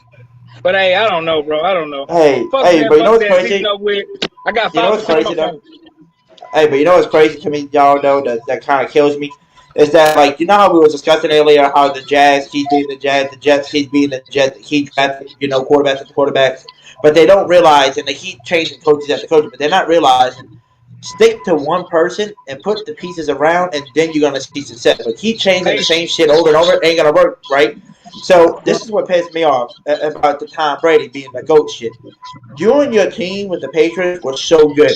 After you realize one season or two seasons without Gronk being your best receiver on your team, and y'all getting knocked out in the first round by the Titans that one year, you literally said, "I gotta go." After one season. Right, Why thank couldn't you. why couldn't you deal Thank with two or three you. seasons and Right. lose two or three times in a row and then be like, okay, look, y'all haven't given me no weapons in 2 or 3 years, bro. I'm out of this bitch. But after the first season that you lost because you didn't have weapons that one year, you won and then left to go to Tampa Bay. Well, you tried to come to the Saints. Drew Brees says, hell no, I'm playing again, and then you went to the Bucks. It Thank don't make no you, sense. man. Hey, I don't know if bro. anybody's No, seen that. Thank you. I like that point because it's like, no, how, it is a as good a point. Patriots fan, how do you celebrate the dude who literally said, like, bro, he doesn't give a fuck about you. He doesn't care about the Patriots because he literally said, I'm gonna leave because I didn't win something. He instantly gave up on y'all, but y'all still condone and set them off. Who? What are y'all? Like y'all are weird. Oh, like Weird. weird. Weird. Weird. And I think it was a breakdown between Bill Belichick and Tom Brady from a concept issue, from a scheme issue, from what they wanted to do. And I think Tom just kind of wanted to break away from that. Um, but I seen it. I seen it a couple weeks ago, and it will never change in my heart. Tom Brady is a narcissistic asshole that hates losing, that can't that really has fear in his heart. He really scared of Cam Jordan. He really fucking scared of us. Yeah, he We don't Yep. want to see. He didn't want to see us in the playoffs. I promise you. Nobody did. Nobody I wanted to don't see think that nobody defense. wants to see us now. I swear to God, but that's the same story we've been saying for 5 years. So we sound like Uncle Rico. We sound like Uncle Rico right now. I mean, hey, no Oh cap. man, I should have took state. I could have went to the league. Yeah, busted knee. Hey, hey, but it's true though. You know what I'm saying? We might sound like delusional, but hey, we definitely could have went. We definitely could have made some noise in the playoffs. Yeah. Nah, I really do believe that, bro. Cause look, bro. When we played the Bills, that first half we had the Bills in check. Our offense wasn't doing a goddamn thing. We started Bro, missing tackles. offense wasn't doing We shit. we missed 22 tackles when we played the Buffalo Bills. We missed 22 tackles. When we played the 22. Cowboys, Damn. we held the Cowboys in check. Don't get that shit twisted. There was a pick six at the end of the game that made it look like they whipped our ass. We held them in check. If we could have offensively did a couple more things, we would have beat them. Hey, Our was that? defense is the best in the league, and the NFL just dodged the goddamn New Orleans Bullets. They just dodged the goddamn New Orleans Hurricane. That's what the fuck they did. Yep. Was that the game Taysom threw 4 picks? Yep. Fucking shit, man. Dude, I swear, Taysom. Dude, you know what else lets me know Taysom shit is because he struggles when games are put around him, but then you got Trevor, who's been sitting out, instantly comes in and puts up points, like easily puts up points. Like how's Taysom Hill like that? Hey, I hope this showed y'all said, oh, what's better than that? You know that Taysom Hill, Taysom Hill, and blah blah blah blah blah. I hope told y'all that none of that matters because at the end of the day, when he was in there, he didn't play better than Trevor. Trevor played better than him. Yep. Hey, so Say good that question last for part. you, I didn't person. hear it. I didn't hear that last part you said. God. I said Trevor played better than Taysom, and people were saying, "Oh, Taysom gives us a better chance at winning," which no, he doesn't. And I Well, think I have to disagree. I gotta disagree, bro, because our offensive line is very, very fickle. Our offensive line is very flimsy, and we were desperate for some mobility at the quarterback position. We was desperate for somebody to do anything, So I have to disagree with that because Trevor Siemian get in the pocket and he gets scared. He got scared against Buffalo. but who played He re- better? It's not. huh? It's not about. It's not about like what you want to believe. It's what your eyes told you. Who played better? Nobody. Huh? Nobody. Nobody. It's That no makes zero victor. sense. It's no victor. It's no victor because this the thing about it, guy. Yeah, It's like that person. It's like you're trying to build that perfect person. Taysom might do some things better than Trevor. Trevor might do some things better than Taysom. But at the end of the day, they both still equal out in deficiency because they both lack crucial things they need to succeed. It's not the same thing, but they're not complete. So they if you could mold them into one person, but that's the problem with what was going on. I mean, that's the problem. Nobody won. Nobody better than nobody. It's gonna be a quarterback competition next season. no, it ain't. Against who?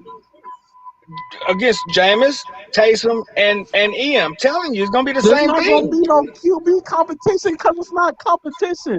We know Jameis is starting. It's a formality. It's a formality. Prove himself. Hey, it's a formality. It's a formality. It's a formality. You gotta say that. You gotta go through the process. You can't just No, you don't. equal out somebody. You got Did Drew have quarterback competition? Drew is a god though. Don't. Drew is literally. It don't matter because I can go against. I can say somebody that's not as good as Drew. Baker, was there quarterback competition for him? Probably. No. It was. Hey, it wasn't. It's not publicized, bro. It's not publicized. Nobody give a shit. Because there's no competition. That's why. That's why. There's no competition. And at the same time, you gotta understand that's their franchise quarterback. Exactly. Drew Brees is a legend. Franchise quarterback. That's what I'm trying to tell y'all people. And another thing, as much as I love Jameis Winston and respect him, he hasn't put the body of work in that somebody like Drew Brees has. He's not Drew Brees. He will never be Drew Brees. How can you even compare that? That's not even a fair statement. That's what I'm saying. That's exactly what I'm saying. There's no point of making that statement because that's like saying, well, like Drew is older, so of course he has more body of work. Drew's career is done. That's not even fair. Jameis has like 12 more years left of his career. That's not even a fair comparison at all. I can understand you saying that's a good point, but what I'm saying is Drew Brees, all around better quarterback, one of the best quarterbacks ever played the game. Well, Nobody will be there. Yeah, he's a better quarterback, but guess what? Jameis still got opportunity. So until Jameis is done with his career, then we can actually line him up with Drew Brees. But until then, I'm not lining him up with Drew Brees. You don't want line him up with Drew Brees. You don't want to talk about Drew Brees and have competition. You don't want to say that. That wasn't lining him up. That wasn't lining him up. That was just saying Drew Brees. Bro, listen, guy. You juxtapose Drew Brees. Jameis said Drew Brees ain't had no competition. But That's Jameis not comparing the two. I'm just saying. Yes, it is, bro. Hey, bro. And then what I said Baker. So it's not comparing. That's not comparing because I didn't compare the fucking two. I just said one didn't have a competition, and then the other. You said Jameis is going to have a competition. I said no, he didn't because Drew didn't have one because we knew Drew was going to be the starter. Because guess what? Everybody behind him, he's better. And Jameis, I'm saying for the same thing, Jameis is not going to have a competition because he's 10,000 times better than everybody right behind him. God, I 1,010% agree with you. Jameis Winston will be our quarterback next season. No doubt. I don't care what nobody say. I'm just saying all of this shit as a formality so people won't come on here and say stupid shit and I gotta rag on their mama. I'm just saying all this shit as a formality so people Right. can understand that it is a due process. But Jameis Winston gonna be our quarterback. Period. Right. That's what I'm saying, brother. That's what I'm saying. Jameis Winston gonna be a quarterback. I'm not saying I don't trust the fact that he's not gonna be. I'm saying this shit as a formality. You know, you might know somebody guilty, but they still gotta go to trial. That's Right. this Yeah. world. So I say these things because I know people out there that want to say stupid shit and want to, use your words against you, and they're not gonna use my words against me, baby, because I'm CT Crusher. I know the fuck I'm talking about, and we're gonna talk the facts here, and we're gonna treat everybody with respect because there's a due diligence, a due process in everything we do. But Jameis Winston will be our quarterback next season. Who that? Jube coming back. Somebody jamming. I don't know who the fuck that was riding down the street. But yeah, bro. My phone, 2%. Love y'all to death, brother. I'm going to get up out of here. Yeah. Yes, Everybody in the sir. chat, go crush Yep. the Lizike, share, and And subscribe. next Do your year, thing. Yes, right. sir. Next year And we gotta Crusher, come strong. We coming in strong Crusher, next year. since we're going to the off season now for us, like I said, I'm gonna cover every NFL team. Yeah. I was saying, I was saying, I'm gonna offer some people that always on my show, which is you, got a creation, and I'm gonna come up with my own. So, like in the next few days, I'm gonna come up with my mock draft because we do have the number 18 pick. Everybody that's not in the playoffs, they got their picks already lined up already, 1 through 18. So I'm gonna do a mock draft on us to see what we think. We're gonna pick at the number one, first round pick, and second, third, etc. And then when I play that video, it's just gonna be a video. It's not gonna be a live. It's just gonna be a video of what I went over. And then I'm gonna open up a live for y'all to come on and talk with me. And we're gonna use the app that I use for the mock draft, and we're gonna do a live mock Insert. draft together. And we're gonna all discuss who you think would be the best fit with all these people right now. And we make our own mock drafts ourselves, and we can do that for each team. Because we all want to cover everybody else besides just the Saints. So I was saying, Yeah. y'all more than welcome. I told King that he's welcome to do that too. I told him already. We can try to do a mock draft stuff together and cover every team and learn every single team and learn what they missing to be a Super Bowl team. We can do it. Yeah, we can, Yep. man. That's gonna be We can do fun. it. That will be fun. And I feel like Yep. we like take turns with each like be like, I think this is gonna happen. Then the next person say this, like that would be fun. Yeah, and with this will keep us busy during the off season. Like literally from now Yeah. past the playoffs until after the playoffs until the freaking preseason and all that. This will literally keep us busy for all these months of just doing mock drafts for different teams and stuff. And I think people will love that. And I think that's going to bring in more viewers and stuff because they're going to realize at the end of the day, we're not a fake YouTuber that just, put up fake shit. We're going to tell you at the end of the day, hey, we're going to tell you we're going to lose tonight. We're going to tell you, oh, yeah, y'all going to whoop the shit out of the Saints. But at the end of the day, I'm going to tell you, too, we always got a side because it's any given Sunday. Plus, my coach is Sean Payton, so I got a good chance of winning no matter what, no matter what's stacked against us. So, not everybody can say that, though. And the dumb shit about it, the superstition shit about it is, when I don't put lotion on my left knee, we score 30 points. I got an ashy ass left knee. We're going to whip y'all ass tonight. Stupid, dumb shit. Because, look, I promise you, everything in life has a cause and effect. You just have to dig deep enough to find it. And when you dig deep enough to find it, that's when it opens up and you realize, when you learn, that's when shit unlock in your mind. You gotta find keys to do that shit, like codes in a video game. My phone about to die, my niggas. I love y'all to death, bro. We're gonna stay in contact. We're gonna holler, bro. We're gonna Big Yes, Chipper, sir. Louisiana Raider, R.I.P. John Madden. Boom, bang. Who that to you, man? Much love, baby. Who that? Good night. Good night. Yep. So God of Creation, we've been on here for over 3 hours, man. And all I can say is what a good day for the Saints, right? We got a W. I know the Rams choked, so that's not good for us. But at the end of the day, we ended our season positive with a 9-8 record. We handled the business with the Falcons like we needed to. The Rams just came up short. They didn't do what they needed to do. But if you look at the positive side, now everybody that got hurt and is still hurt trying to play through injuries are able to finally go heal up and be ready for next season. And that's the only good part of still trying to fight and still hurt more players in the playoffs. That's the only thing. It's because, even though we would have made some noise with the defense, the offense still would have been so hard to try to make it to the Super Bowl with this team. It's like it's better off to say, hey, okay, look, We fine. We out the playoffs. We good. Everybody got heal up. We got the number 18 pick. We know what pick we're actually picking at now, and now we can actually do our research and study and get ready for the season. So that's the good thing. Yeah, it is, and I definitely agree with you. You know, we finally just get to just chill and I feel like it wasn't hard for me to be like, dang, Saints not in the playoffs because one, we've been in the playoffs for what 5 straight seasons, if I'm not mistaken, and 4 or 5 straight seasons. Yeah. I was going through that, what CT was going through, like damn near about to cry. I was doing that when we was losing and losing and losing and losing and losing and losing. I was like, damn, man, like that's when it was hurting for me. But then I was just like, you know what? We might as well just lose the rest of these games and try to get a good draft pick. But of course, the Saints gonna try to do Saints things and try to make a comeback. And they didn't get my hopes up because I was expecting this. I was like, our look is so terrible. They gonna do something that's gonna rip our hearts out. But at the end of the day, like I said, we're gonna get started, and hopefully in the next. I ain't gonna promise nobody tomorrow because I got a bunch of shit to do.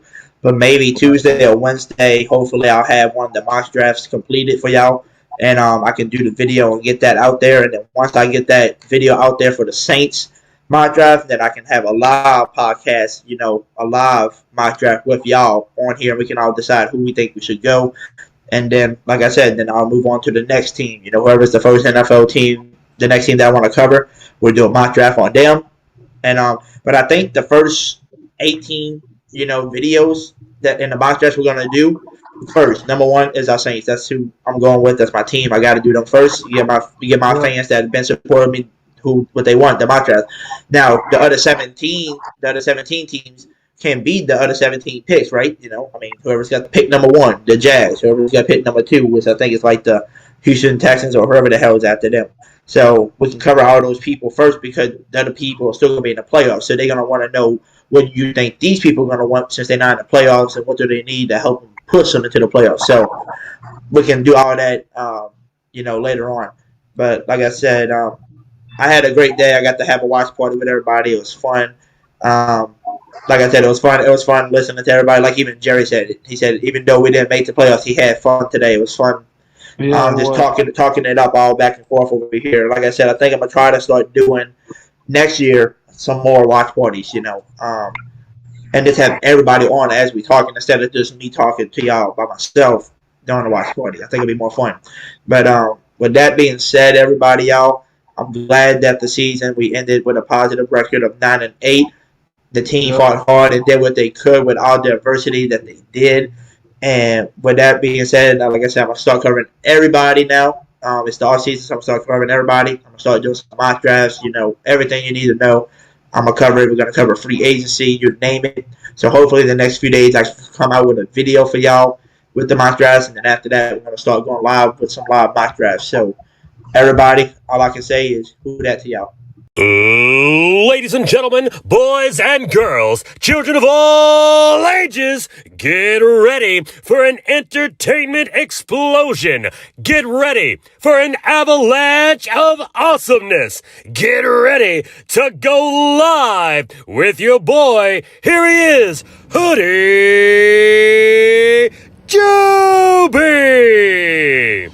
And make sure you hit the subscribe button for your chance to win tickets to a live New Orleans Saints football game.